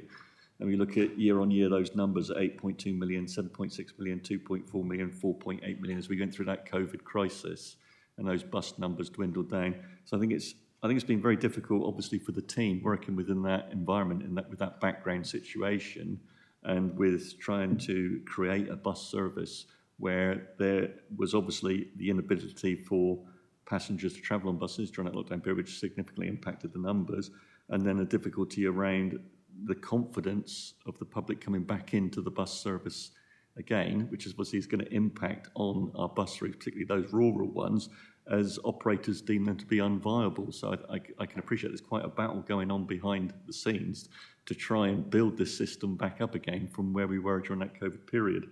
So I just wondered, was it fair to say that the reliance, what reliance can we put on the figures as it coincides with that COVID period and the time periods of lockdown, and I can't even read my own writing, and for some, the demographics to come back into the public arena? Would that be a fair assumption of a background with what you've been working in?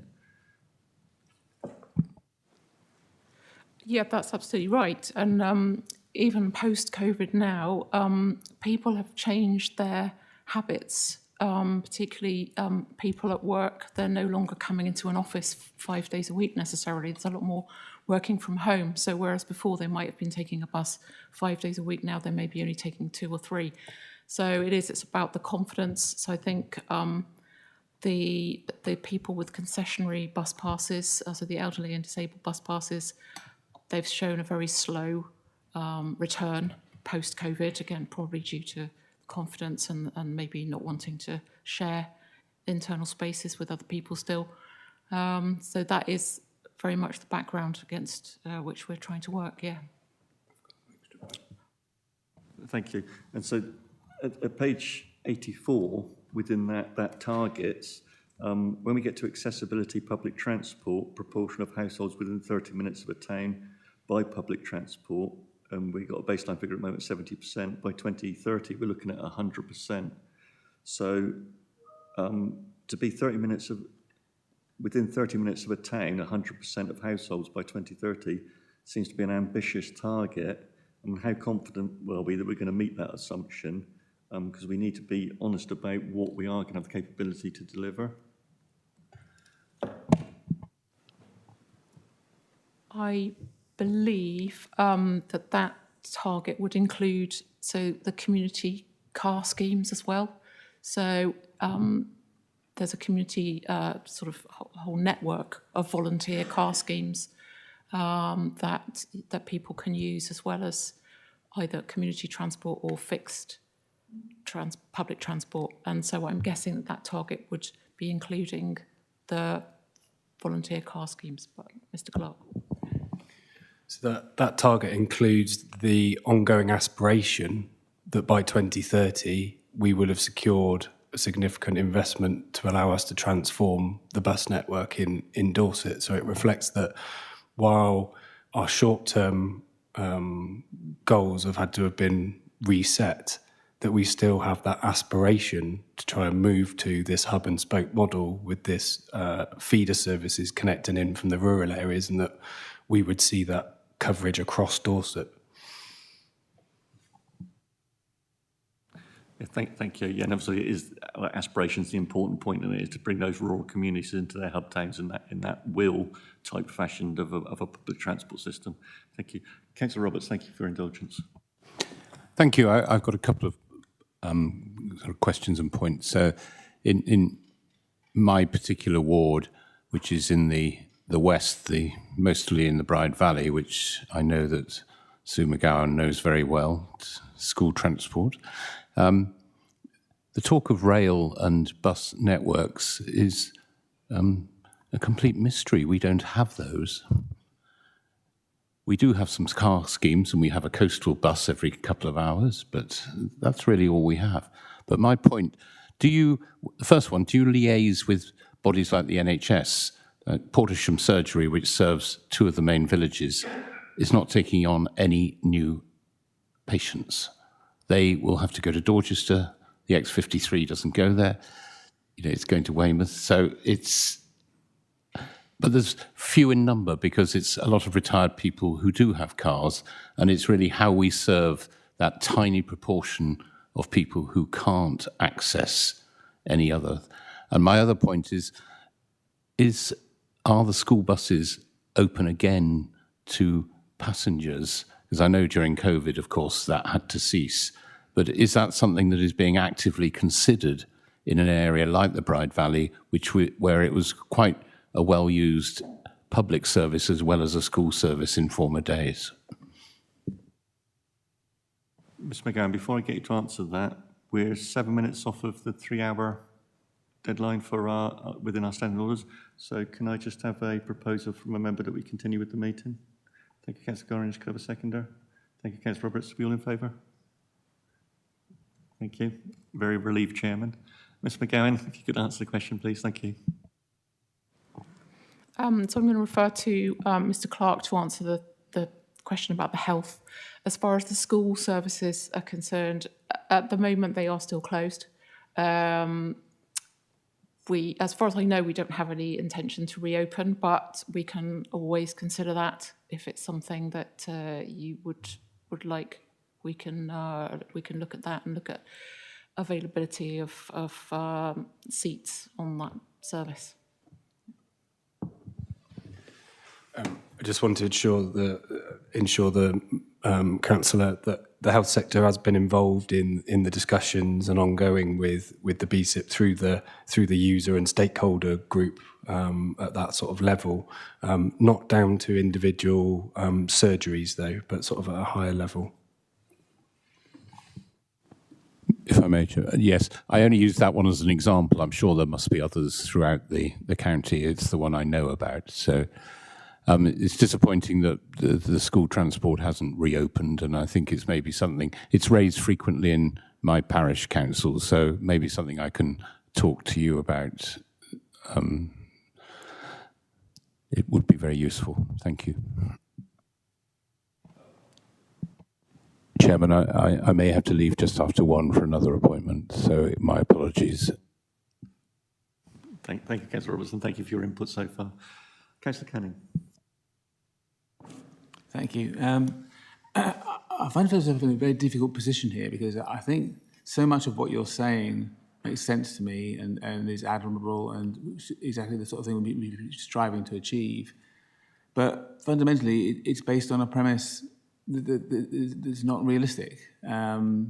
You said several times, so much of what you like to do is dependent on finding funding. And yes, we all would want to have more money involved, but it seems to me that it's not very likely. There's no indication from government that they are interested in doing any more in this area. And I just wonder if what we should be doing is saying effectively that we have to accept that our objectives can't be improvement, but have to be managing the position we're in. In fact, it's probably more a question of defending the remaining services rather than expanding. And that if you start from a different premise, you might end up with some different conclusions about where you put resources. But if you stay with what might prove to be unfounded optimism, we simply can't get anywhere. We become driven by events rather than by our own strategy. But if we have a more realistic starting point of our strategy, we might come up with a slightly different pattern overall. I mean, maybe we wouldn't, but just to hear your comments on that. And I do recognise that large part falls into your area as well, right, Councillor Bryan.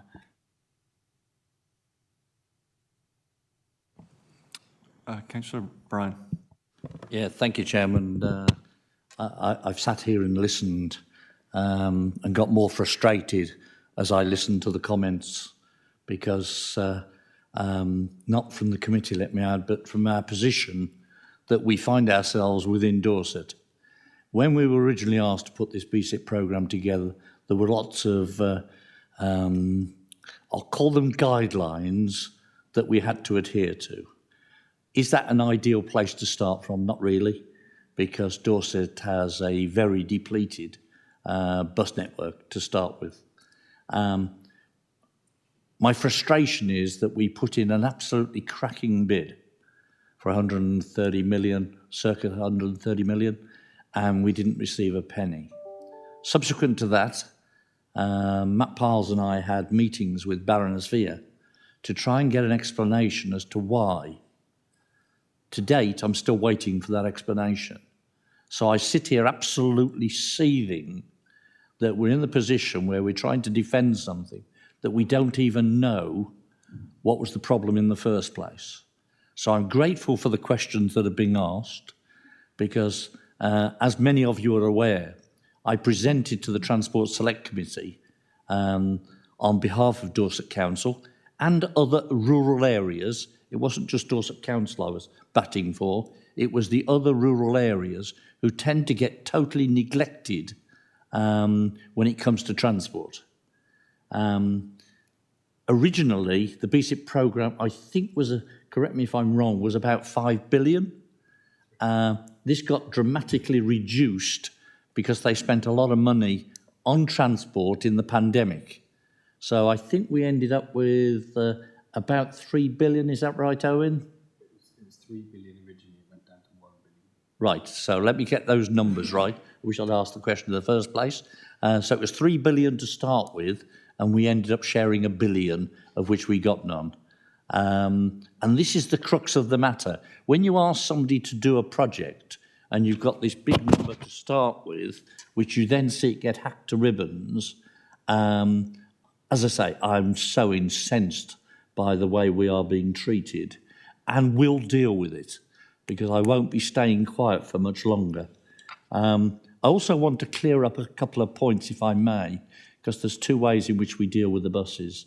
One is the commercial routes, where the operators deal with it all themselves, they fund it themselves, they take the profits themselves. And the other is what I call the sponsored routes, where we actually contribute towards the cost of those routes. We're under tremendous pressure on both of those routes. Bearing in mind the team behind me also have responsibility for getting children to school, adults to the adult care centres, and all sorts of other things that they have to deal with on a daily basis. Their frustration must be absolutely at its maximum at the moment, the fact that we're not getting the support we need. And I think I need to get together with Chris Loader, who has been very, very supportive on trying to get our voice heard within Dorset. And I think it's time that we asked what were the results from the Transport Select Committee. So I'm going to take this forward, but I just wanted to make sure that people understand that we had to produce reports in the required format. The fact that we didn't get anything, I've just had my first meeting, which I chair, with the bus operators. At no stage during that meeting was I told there were going to be further reductions, and yet we're hearing that in the last 48 hours. And I find this so frustrating, because honesty on all of this is absolutely essential. I don't want to mislead the general public. I don't want to be a part of misleading the general public. So I thought it was very important that I spoke at this stage to actually highlight the fact that the team behind me are working their socks off to achieve something, and it's now time to perhaps give them a bit more help from me. So I'm going to take that responsibility on. I've got Knox sitting in the on a link on this, and I'm going to ask Knox whether he has anything to say. If I may, Chairman. Yeah. No.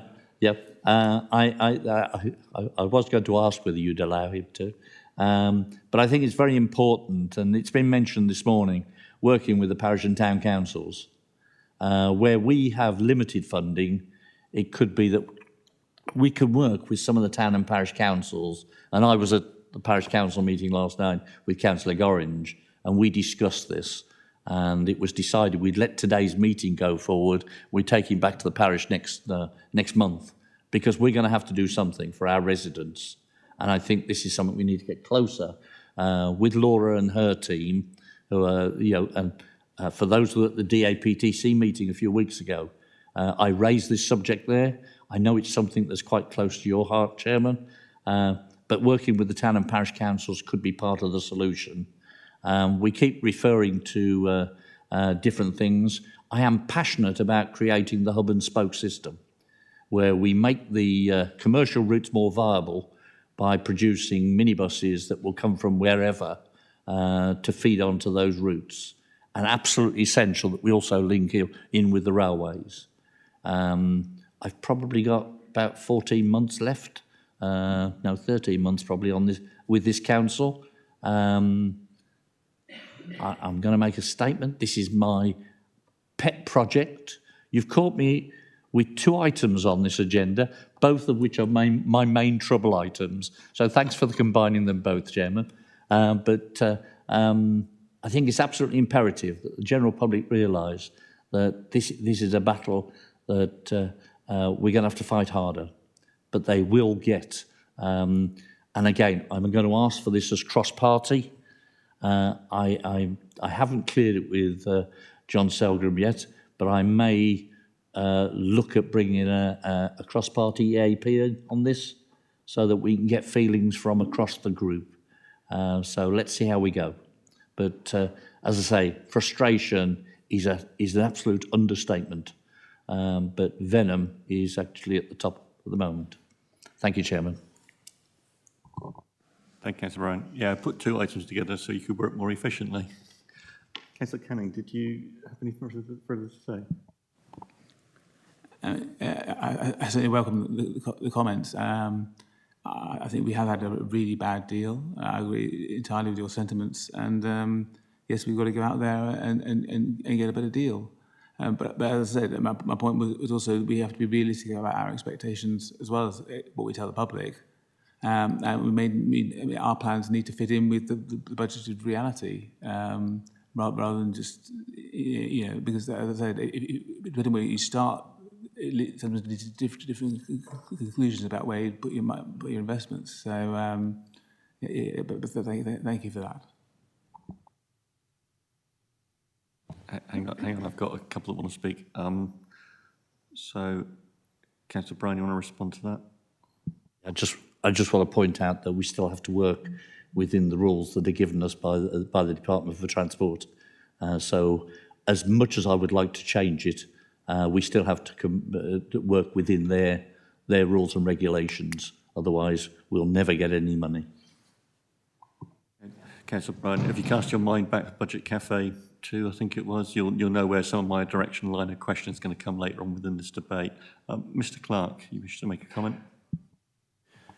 It was just to address that point and say what we've tried to do in this refresh is strike that balance of still showing that we're highly ambitious, but setting our short and medium term goals on what we can achieve within our existing budgets and through greater partnership working. So that effectively we've got almost a sort of twin track within the BSIP refresh of a list of actions that we're confident we can deliver. But if there is extra funding that comes forward, we've set out our priorities on how we would distribute that funding within the programme. Yes, and certainly what I started off by saying was I agreed with virtually everything you said in terms of the detail, and thank you for that, the work that you're doing, definitely. Okay, thank you. Councillor Lacey-Clark, did you wish to make a comment at this point? Yeah, thank you, Chairman.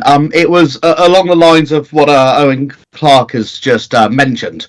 We have 2 very clearly kind of separate programmes we're working on, one with external funding and one without external funding. Both are trying to aim for that final goal of having a truly connected Dorset. We are aware that there's a quick way of doing it with the external funding, and then there's actually building up our passenger numbers, building up the usage, because as services become more profitable, then the companies are going to put on more of those services, and that's what we're trying to do with the second kind of set of goals we're working on without that external funding. And all of this is regularly discussed at our bus service user groups and is something the team are very much on top of. I just wanted to give Councillor Canning that assurance. Thank you. Councillor Lacey-Clark, thank you. And my next speaker is Councillor Gorringe. Thank you, Chairman. As I said earlier, 50% of my residents are retirees, and they have one of these, which is a bus pass. So they actually get on the bus and don't pay. I have, over the last couple of days, said to them when I've met up that you may very well have to pay a couple of quid, and I think that's quite reasonable, and they accept that. If they got the bus service, they're quite happy to put some money in the till. Thank you, Councillor Gorringe. Okay, if I can, were you expecting an answer to that? I don't think there's an answer to that. It was just a comment, yeah? Did you wish to make a comment, Mrs. Gowan? Okay. I can make a comment in the sense that that scheme you're referring to, which is the English National Concessionary Fares Travel Scheme, ENCTS, we know it as, there are very strict rules around that. So we are not allowed to, for example, at the moment, say, well, you can use your pass and then just pay a nominal 50 pence. That's not legal. I know the central government are reviewing the whole scheme. We don't know what the outcome of that will be in any way. But I suppose if residents wanted to protect their service or fund it in some way, they don't have to use their pass. They could pay for the fare every now and again, say. That would be an option if people did want to contribute in some way. It was a concern that we raised at the Transport Select Committee in our evidence. Thank you. Okay. Just go on. So if we just go to page 52, and there's your plan with the different modes of connectivity. Well, different modes, sorry, with the funding and the non-funding, external funding and. Yeah, external fund with no external funding and with external funding. Are we engaging with our neighbouring authorities? We talked about in terms of delivery, the bus services that we need. There needs to be that interconnectivity, and I'm just wondering, from your point as officers, how those conversations are going with our neighbouring authorities, such as Devon, Somerset, Wiltshire, Hampshire. I know we got pretty good connection with the BCP area, and that seems fairly seamless. But I just wondered whether or not those other conversations with those other council authorities to ensure that we've got a seamless service as they cross the county borders. And I'm assuming those authorities are facing the same financial and operational issues that we are in Dorset. Yeah, so as part of this whole process, the governance and the various meetings that are held, there's a reciprocal arrangement. So officers from Dorset Council will sit on BSIP delivery groups in all of our neighbouring authority areas. And the other thing to bear in mind is BCP Council, for example, they were successful in achieving some BSIP funding. And of course, that means that they will be investing. And so we can join with them if their route, because obviously the route doesn't necessarily stop at the border, so we can be part of their discussions for their whole route. Okay, thank you. Councillor Took. Thank you, Chair. I was rather interested in the Verwood digital DRT example that is on page 87. I just want to know how that's going, and is it possible to extend the red circle a little bit as well? Because Alderholt is not part of that service, and yet there are a number of people in Alderholt who do work in the Ferndown Industrial Estate, and indeed may want to get to Eblake and Three Cross. Yeah, Woolsbridge.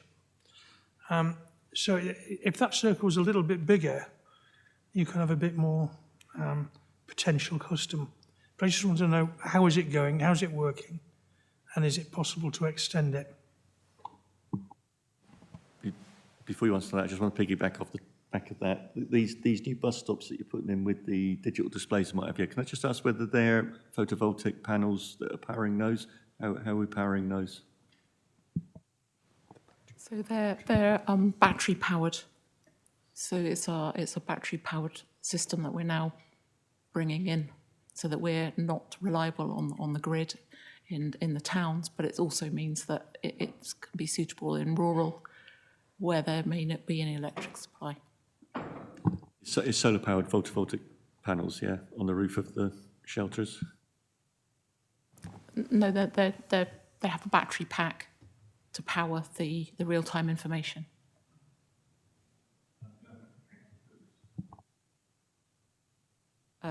Yeah, Mr. Clark. The Verwood example you've referred to there in the original BSIT was an example of how we could look to deliver a demand responsive scheme. So it was to give an example in Dorset of how we would develop a service in that way if we were successful with the funding. So there is no operational scheme in the Verwood area at this time. Shame. Okay. Can you just move to page 59 of the report? And I've got a concern here, which is also highlighted in page 75 and 76. And it surrounds the situation of children and young adults within our rural communities. So the report makes quite a big noise around our elderly and our retired communities that are isolated within rural areas, but the report doesn't reflect on the situation with children and young adults, not where I could read it anyway, which I think we were sort of missing a trick there. So we know in the same way that the elderly resident population both suffer with health implications, and particularly mental health issues, being isolated in rural communities and the inability to come into the hub market towns to meet with their peer groups. We know that's a significant factor with our young as well, with children that are isolated in rural communities that don't have the ability to get into the hub towns, the market towns, to meet within their peer groups. And we know that from COVID, we've seen an escalation in mental health issues within children, with young adults. Now, this is obviously going to be a major cost implication to the NHS and then thereby to the government and to the country going forward. So I just wondered why we didn't make a bigger thing of that within the report, why that's not one of our arguments that we're taking to government, that it's not just those isolated elderly residents that are in the rural community, but it's also the children and our young adults that we've got as well.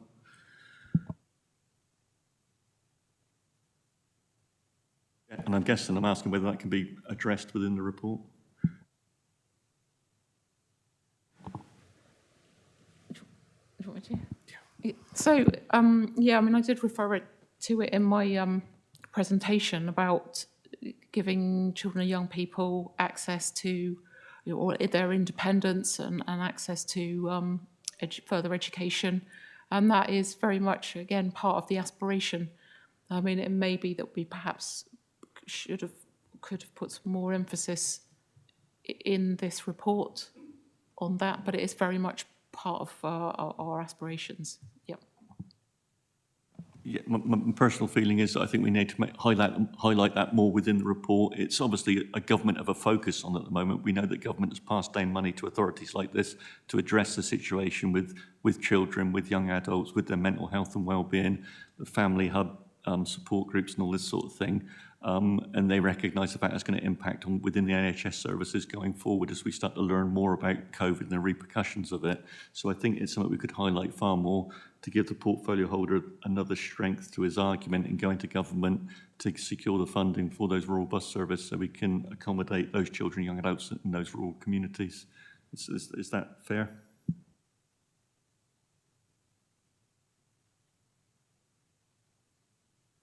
Councillor Gorringe?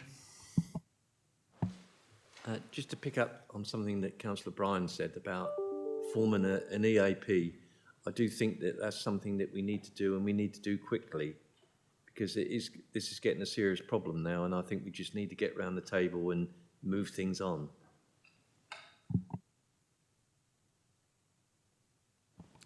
Thank you, Councillor Gorringe. Can I just ask the stupid question of the day? On page 74 in your table there, it says Euro V1 buses. and I couldn't find what your OV1 buses was.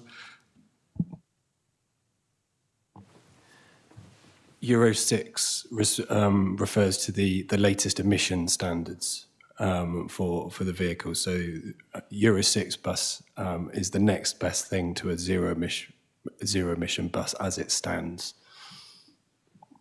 Roman numerals, don't you just love them?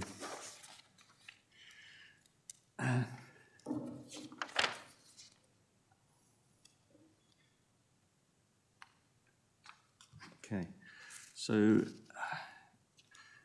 I see on page 78, we talk about reliability and punctuality, which obviously with the road system that we've got in Dorset, being a rural community, it's a big issue, and it's laid out in several areas within the report about that punctuality, about bus services actually meeting their deadlines and for their pickups at the bus stops, what have you.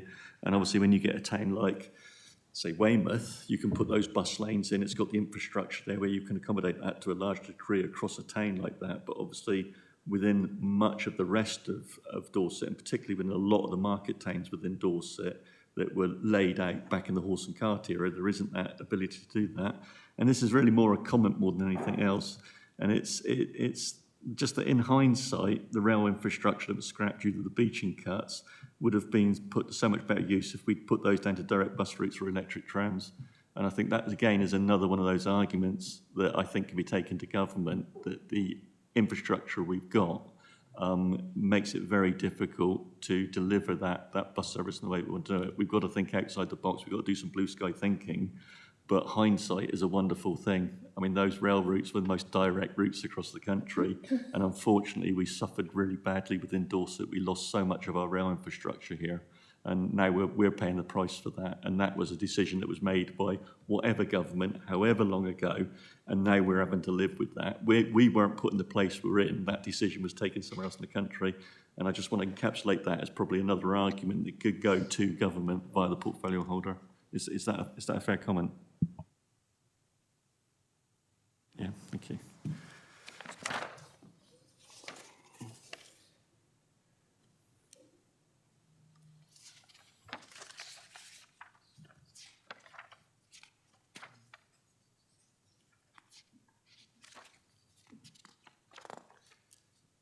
Okay.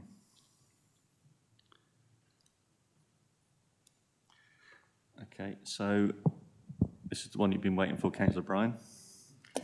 So when we had our budget cafe meetings, I raised the issue about parish and town councils that could actually step up to the plate with their precept and embetter the lives and enrichment of their residents.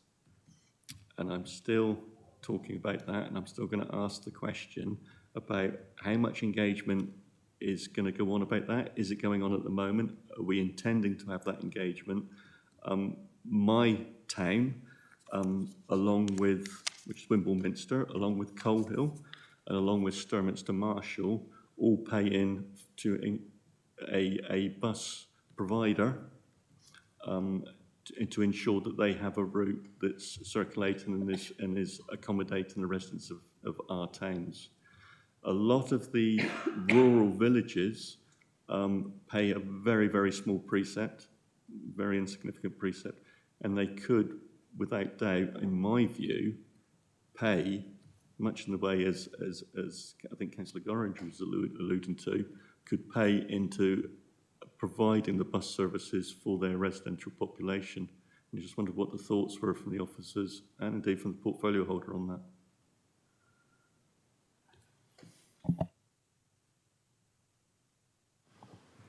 So, as I said previously, there are some town councils that are doing that already.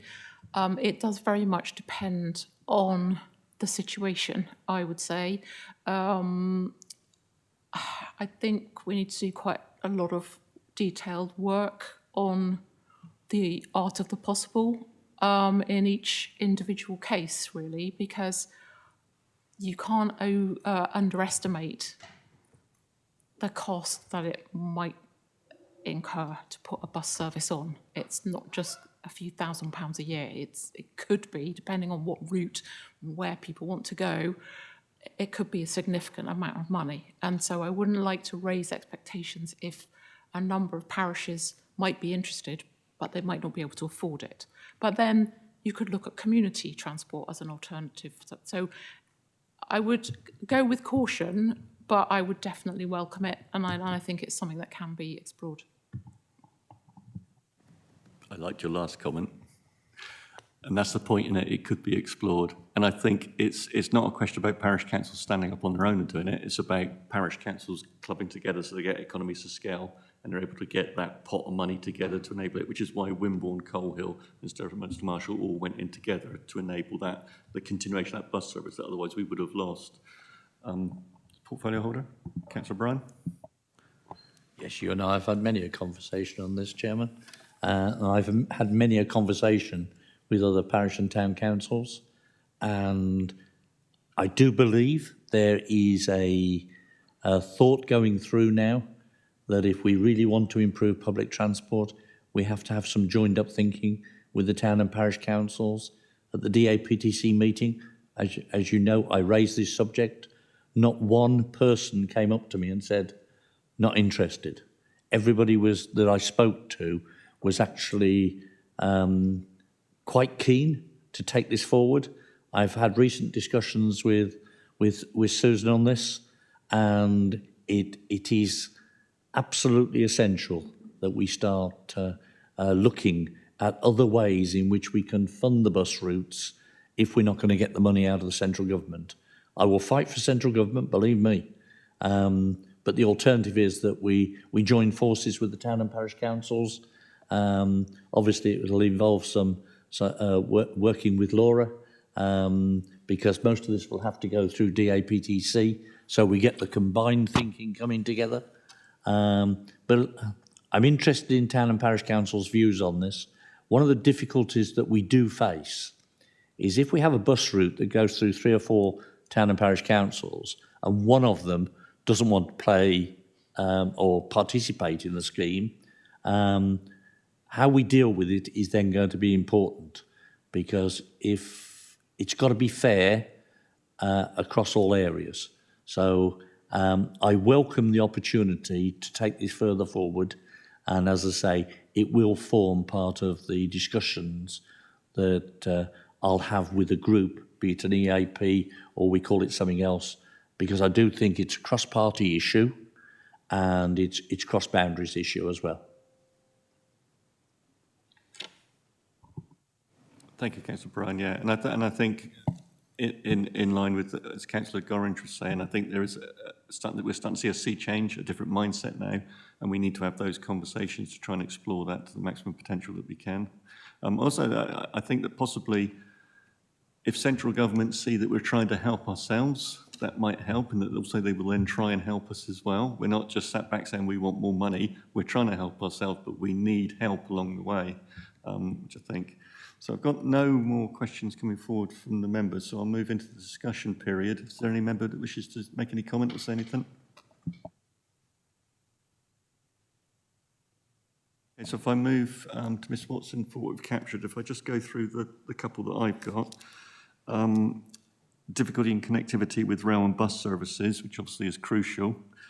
Attempt to foster a better partner working relationship with the different passenger providers. And difficulty in working with the background of COVID that seriously impacted passenger numbers, which in turn has threatened viability on some routes. And I'd also say, obviously, the exploration of Town and Parish Council working with Dorset Council and using Precept to try and fund those rural bus routes. Ms Watson, did you have anything else on that? There's a lot more, I just couldn't capture it all.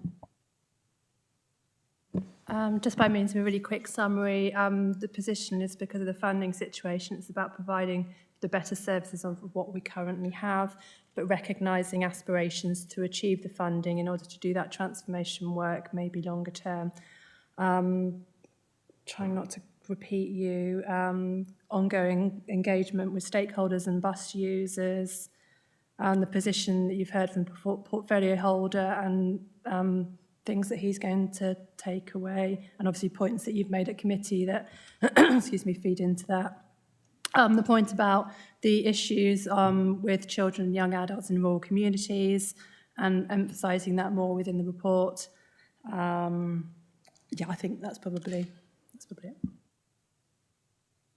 Did you have anything to add to that? Yeah, only what Councillor Bryan's hinted at, Councillor Gorringe as well, that we should be looking to have some cross-party group set up to work together on a joint goal to improve matters further. Thank you. Councillor Turk, I believe you wanted to make a comment?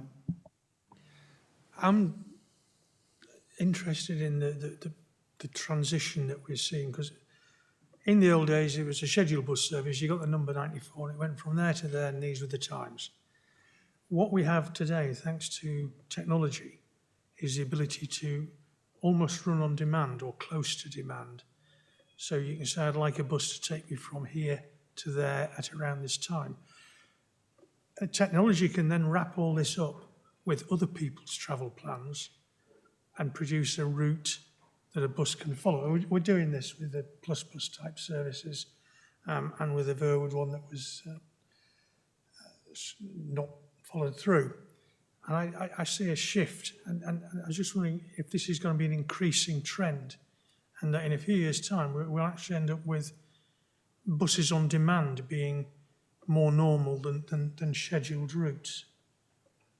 So I don't know if that's a comment or a question. If someone wants to answer it, I'd be delighted. You've just caught them by surprise, because I was thinking it was a comment as well. Have a stab at it, Mr. Clark. I mean, that is the scenario that we'd like to move to in rural areas. We think a demand responsive service would be more efficient than trying to run timetable traditional type of bus service, which would have seen very low patronage. But I think there is a balance to be struck. So on the core routes, having those frequent timetabled services, but then having those demand responsive services that act as the feeder from the rural areas and serving that rural hinterland is the direction of travel that we want to go in. Okay, Councillor Took, you can satisfied with that? Yeah, thank you. That's my assumption is that would be the direction of travel. I think I'd encourage it. Thank you. Okay, thank you. Members, obviously this is an extremely important issue for a rural county like ours, and I'm hearing that the portfolio holder wishes to go back to government and bang the drum for Dorset, and is very passionate about it, and I know he is, as he says, we've had several chats ourselves.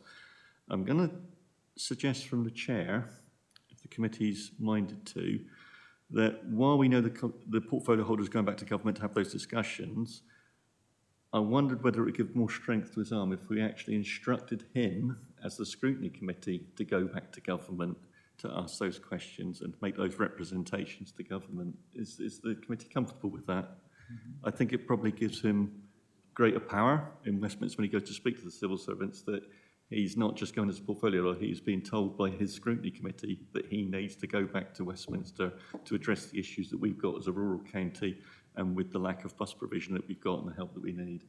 Councillor Trite. Sorry, could I just have Councillor Bryan's take on that before we actually go that way?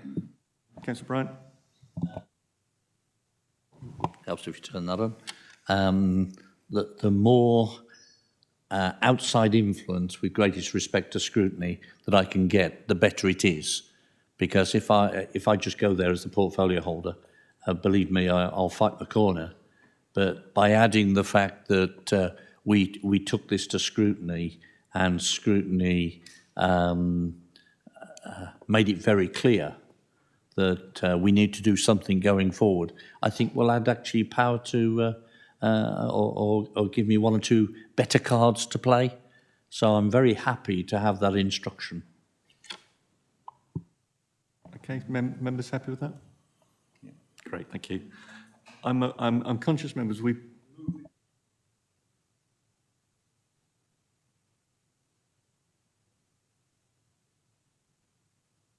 So, members, I'm conscious of the fact we've been going for 3.5 hours. Does anybody want a 10-minute comfort break? Or do you wish to continue? Okay, should we continue? Yes? No, we'll carry on. Okay, so I'm going to move to agenda item 11, which is Transforming Cities Fund update. The recommendation is the Place and Resources Scrutiny Committee and the progress update regarding the TCF programme delivery, with questions and comments being considered for remaining programme. I would, before I move on with this item, like to thank the team, which I again forgot to thank, the bus service improvement plan team. So Ms McGowan, Mr Clark and Ms Fiddick, thank you so much for your input and for your report. I hope it's been helpful, and thank you, Councillor Bryan, for your input as well. Going back to the City Transforming Cities Fund update, I have presenting Mr Wayne Sayers, and in support is Mr Jack Wiltshire, and the portfolio holder is again Councillor Ray Bryant. So over to you, Mr Sayers. Thank you. Thanks very much, Chair. My name is Wayne Sayers. I'm the Transport Planning Team Leader. I'd like to introduce the item providing an update on Transforming Cities Fund within the Dorset Council area. This was last reported to this committee back in January 2022. The report outlines where we are with the programme and what progress has been made on delivery. Most notably in Dorset, we've completed major sections of schemes on both Wimborne Road and Ringwood Road in Ferndale. We hosted the Department for Transport, the major funders for this work, in March 2022, and they were impressed with the quality and scale of what we had managed to deliver under difficult circumstances. We've now completed over 6 kilometres of route improvements since the start of this programme, providing improved facilities for pedestrians, cyclists and public transport users. This includes having recently completed a link to the Ferndale and Uddens industrial estate, one of the biggest employment areas in South East Dorset. The report goes on to outline the impact of rising fuel costs, inflation, labour costs and global construction material costs have had on the programme, and that the original funding from the Department for Transport is no longer adequate to deliver all of the originally planned programme. A comprehensive review of all TCF regions is being undertaken nationally, and as part of this we have submitted revised plans to the DFT, as well as promoting our track record of delivery in difficult circumstances over the past 2 years. We await the outcome of that review. I would ask the committee to comment on progress to date and confirm that the delivery team will consider any comments and questions against the delivery of the remaining programme. And then open the floor for any questions or comments.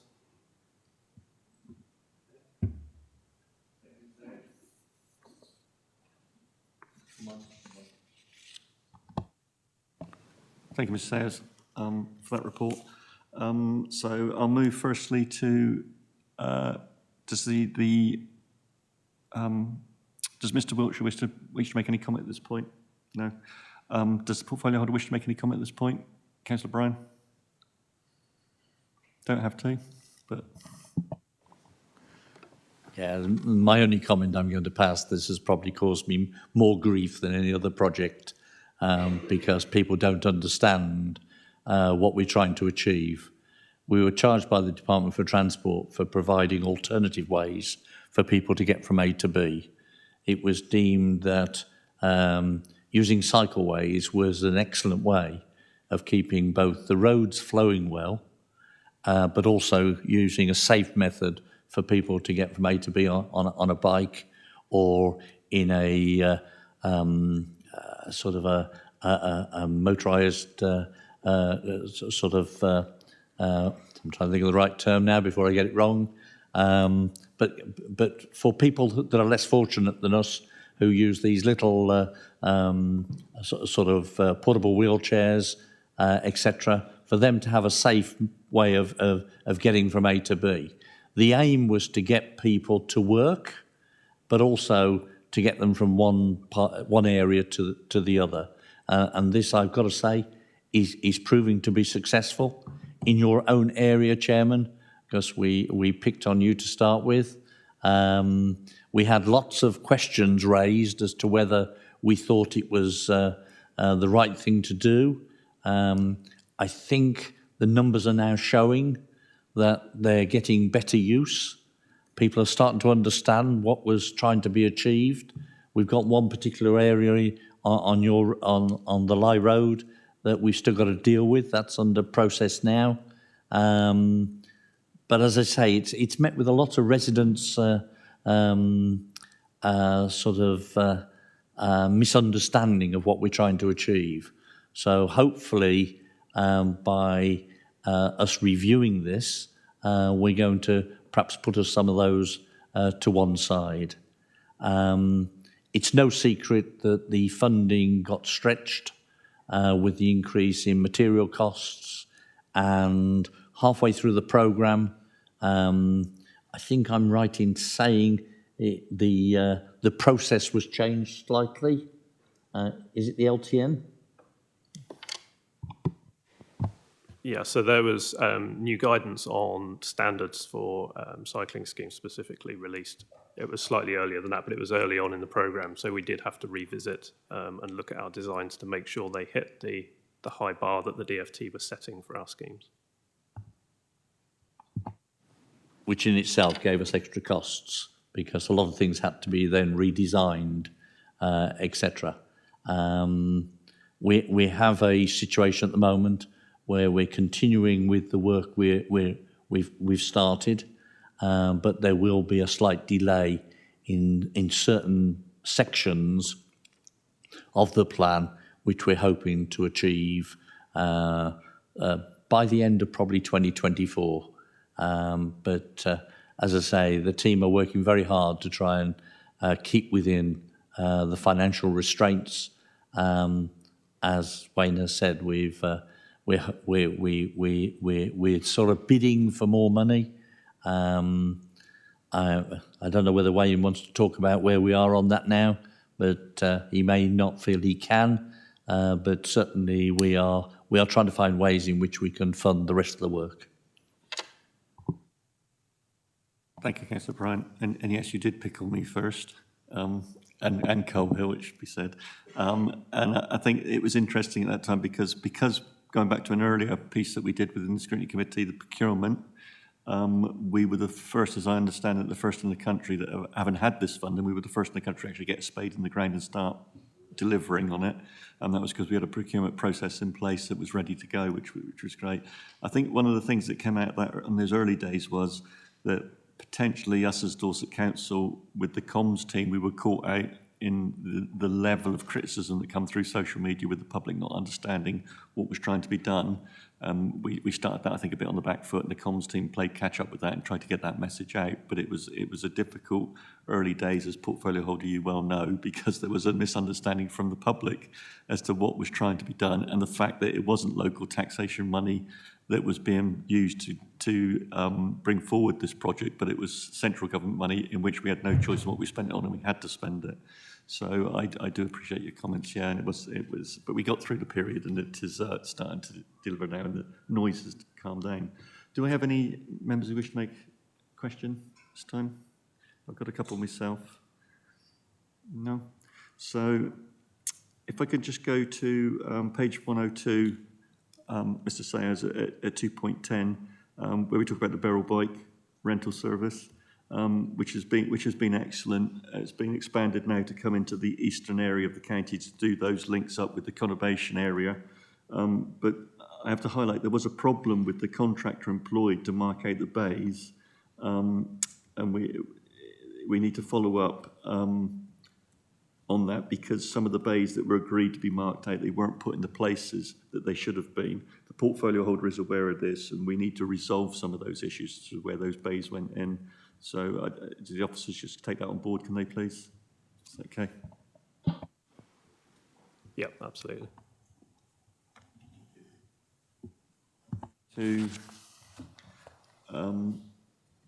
Which you've already said in your presentation at 2.14, the movement of the goalpost, and has this difficulty been highlighted to the civil servants in Westminster as to the issues that created? Yes, absolutely. There are regular discussions between the department and ourselves and the other TCF regions as well. So I should imagine a similar discussion is being had elsewhere. To 2.16, with your crystal ball, Mr. Sayers, how confident are we of securing additional funding so we can finish off the work that we've started?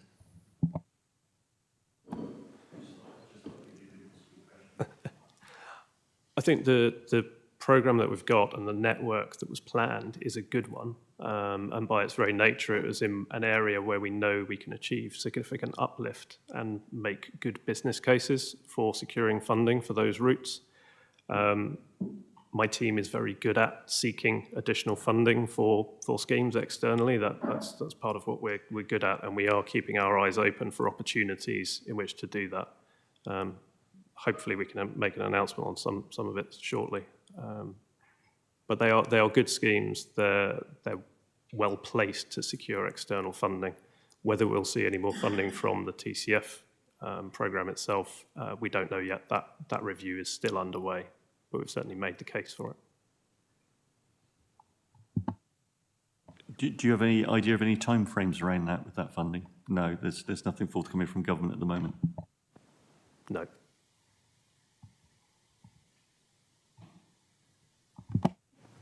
Okay, thank you. Could I just go to a point of clarification, please, within the report at page 118? Expansion of the Beryl bike share scheme. It talks about e-bikes. Is this e-bikes? We're not talking e-scooters here, are we? Because obviously with the licensing programme that come in for the electric scooters was to only operate in the pool area and not within the Dorset Council area. I know I've had conversations with the portfolio holder outside of this meeting, but is that for electric bikes, or is that a misprint? It should be electric scooters. Thank you.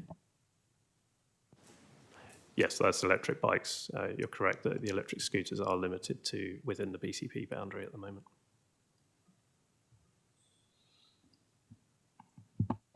So we're going to see electric bikes being circulated then? I haven't seen one yet, but that's the intention, is it? There are some on the network already because it's across the network with the BCP one, so there are some around, but hopefully more.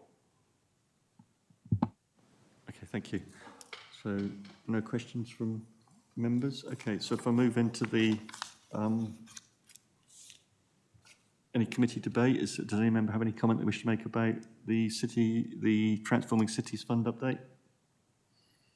No? We all content? So could I just ask Ms Watson what you captured? I think in general it was just the one point regarding the location of some of the bays for the Beryl bikes. I think that was the thing that was flagged up.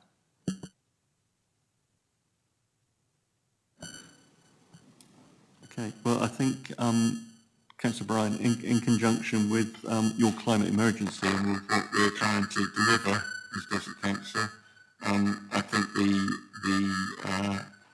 project has gone well to date. I think if members are minded to, I think we'd highlight the fact that we've got a concern about additional funding from government in order that we can finish the project. It would be a shame to have got this far down the route.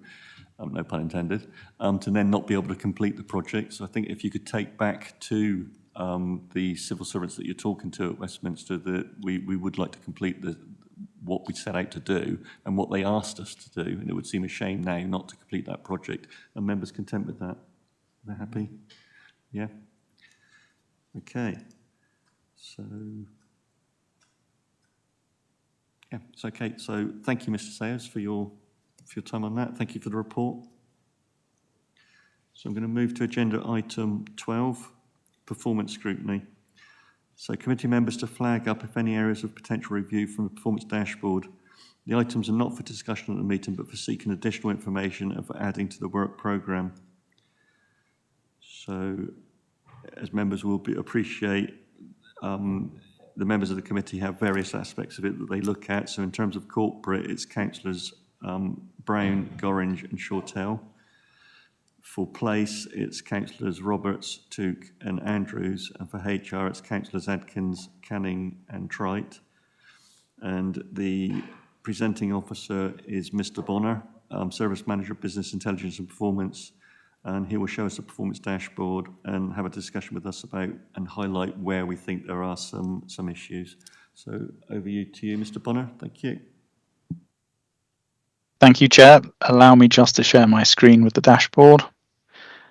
Hopefully you can see that. So committee had a pre-meet prior to today's session to look at the information held in the dashboard and review the information over the last few months to highlight any areas of potential concern. So I will move to that monthly update. So there are a number of areas currently flagging as outside of tolerance in the dashboard for performance. Broadly speaking, one of the areas that the committee pointed towards was around some of our HR metrics, specifically around short-term sickness and the level of staff turnover. So at that point, Chair, I will leave it on the screen and revert back to yourself.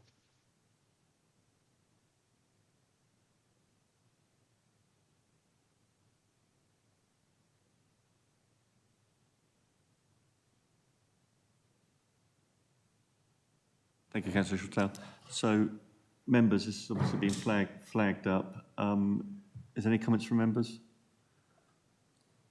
No. So we wish to. We put this on the forward plan, were we?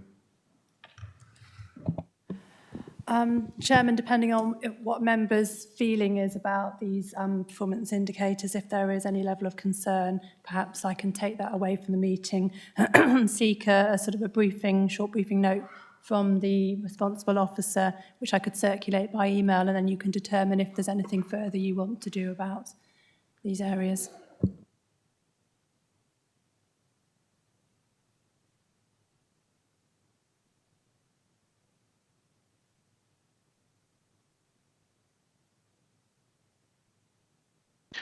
Apologies, Chair, I can't hear you.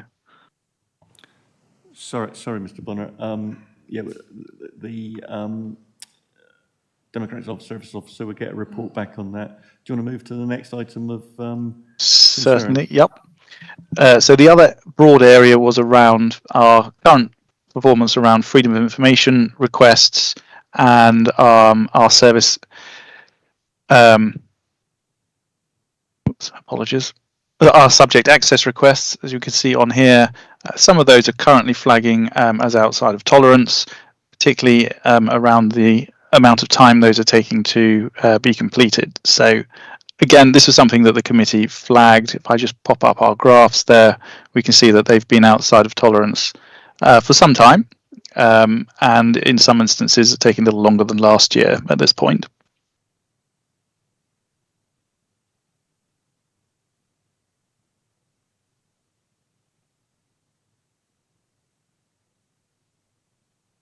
So I shall pass back to you, Chair, whether this is an area the committee feels that they would like to seek any further deep dive.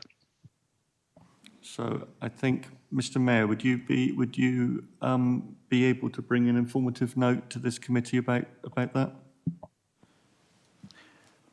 Chairman, I'll be able to work with Mark Eyre on that and bring a note back to you. I was going to suggest perhaps an approach similar to the one that you took with land charges, where initially you had a deeper dive into the world of land charges, perhaps doing the same with freedom of information and subject access requests. And then if you wish to do that, we could have the lighter touch updates that were provided, the equivalent of the updates that you were provided by Grace Evans on land charging at a series of meetings until you were satisfied that things were on track. Thank you, Mr. Mayor. Yeah, I'm satisfied to do it that way. Are members satisfied to do it that way? Thank you. The next item, Mr. Bonner. Chair, those were the only two areas that were coming out of the conversation, the pre-meet, unless there are any other items that have come up subsequently, in which case I'm quite happy to point the dashboard at those. Okay, members, did you have any other issues you wish to raise? No? Okay, thank you.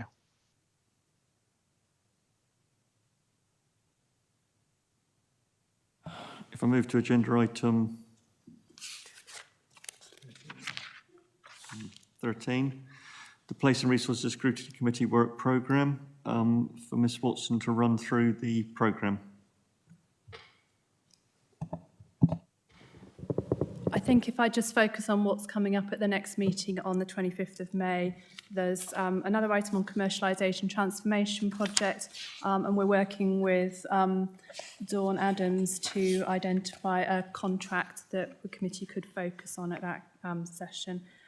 You've got your next in the sequence of climate and ecological updates coming to that meeting, and then at your request you're going to do a review of the Dorset, Bournemouth and Poole Local Transport Plan 3, which will kind of give you the opportunity to give comments and feed into the work that's going to be done rolling forward into the new Local Transport Plan 4.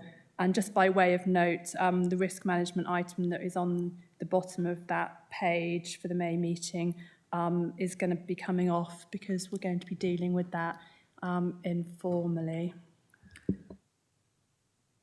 Thank you, Ms Watson. Yeah, there's going to be some work going on in the background that the risk management and the performance dashboard are going to be married up together. So the officers are working on that in the background presently. Did you want to say anything about the two task and finish group areas? We'll do that at the end. I think we're going to help people. So, is that what you had to report on that, was it, Ms Watson? Yes. Yeah, okay, so I'll move to agenda item 14, Cabinet Forward Plan. Ms Watson to run through the Cabinet decisions 23rd of January, 28th of February. Again, I won't go through it given the time, but just to say that they're put on your agenda so that you can see what's coming up at Cabinet meetings and also what Cabinet have taken decisions on in the last couple of months to see if there's anything that you would like to look at as a sort of a post-decision review at some point. Thank you, Ms Watson. So if any member has any concerns about that and would look at a post-decision review, then if they could email myself and the Vice Chairman and let us know. Thank you. So I'll move to agenda item 15, urgent items. There are no urgent items. Agenda item 16, exempt business, and there is no exempt business. So at 13:55, I'm going to close the meeting. Thank you, members and officers, for your indulgence.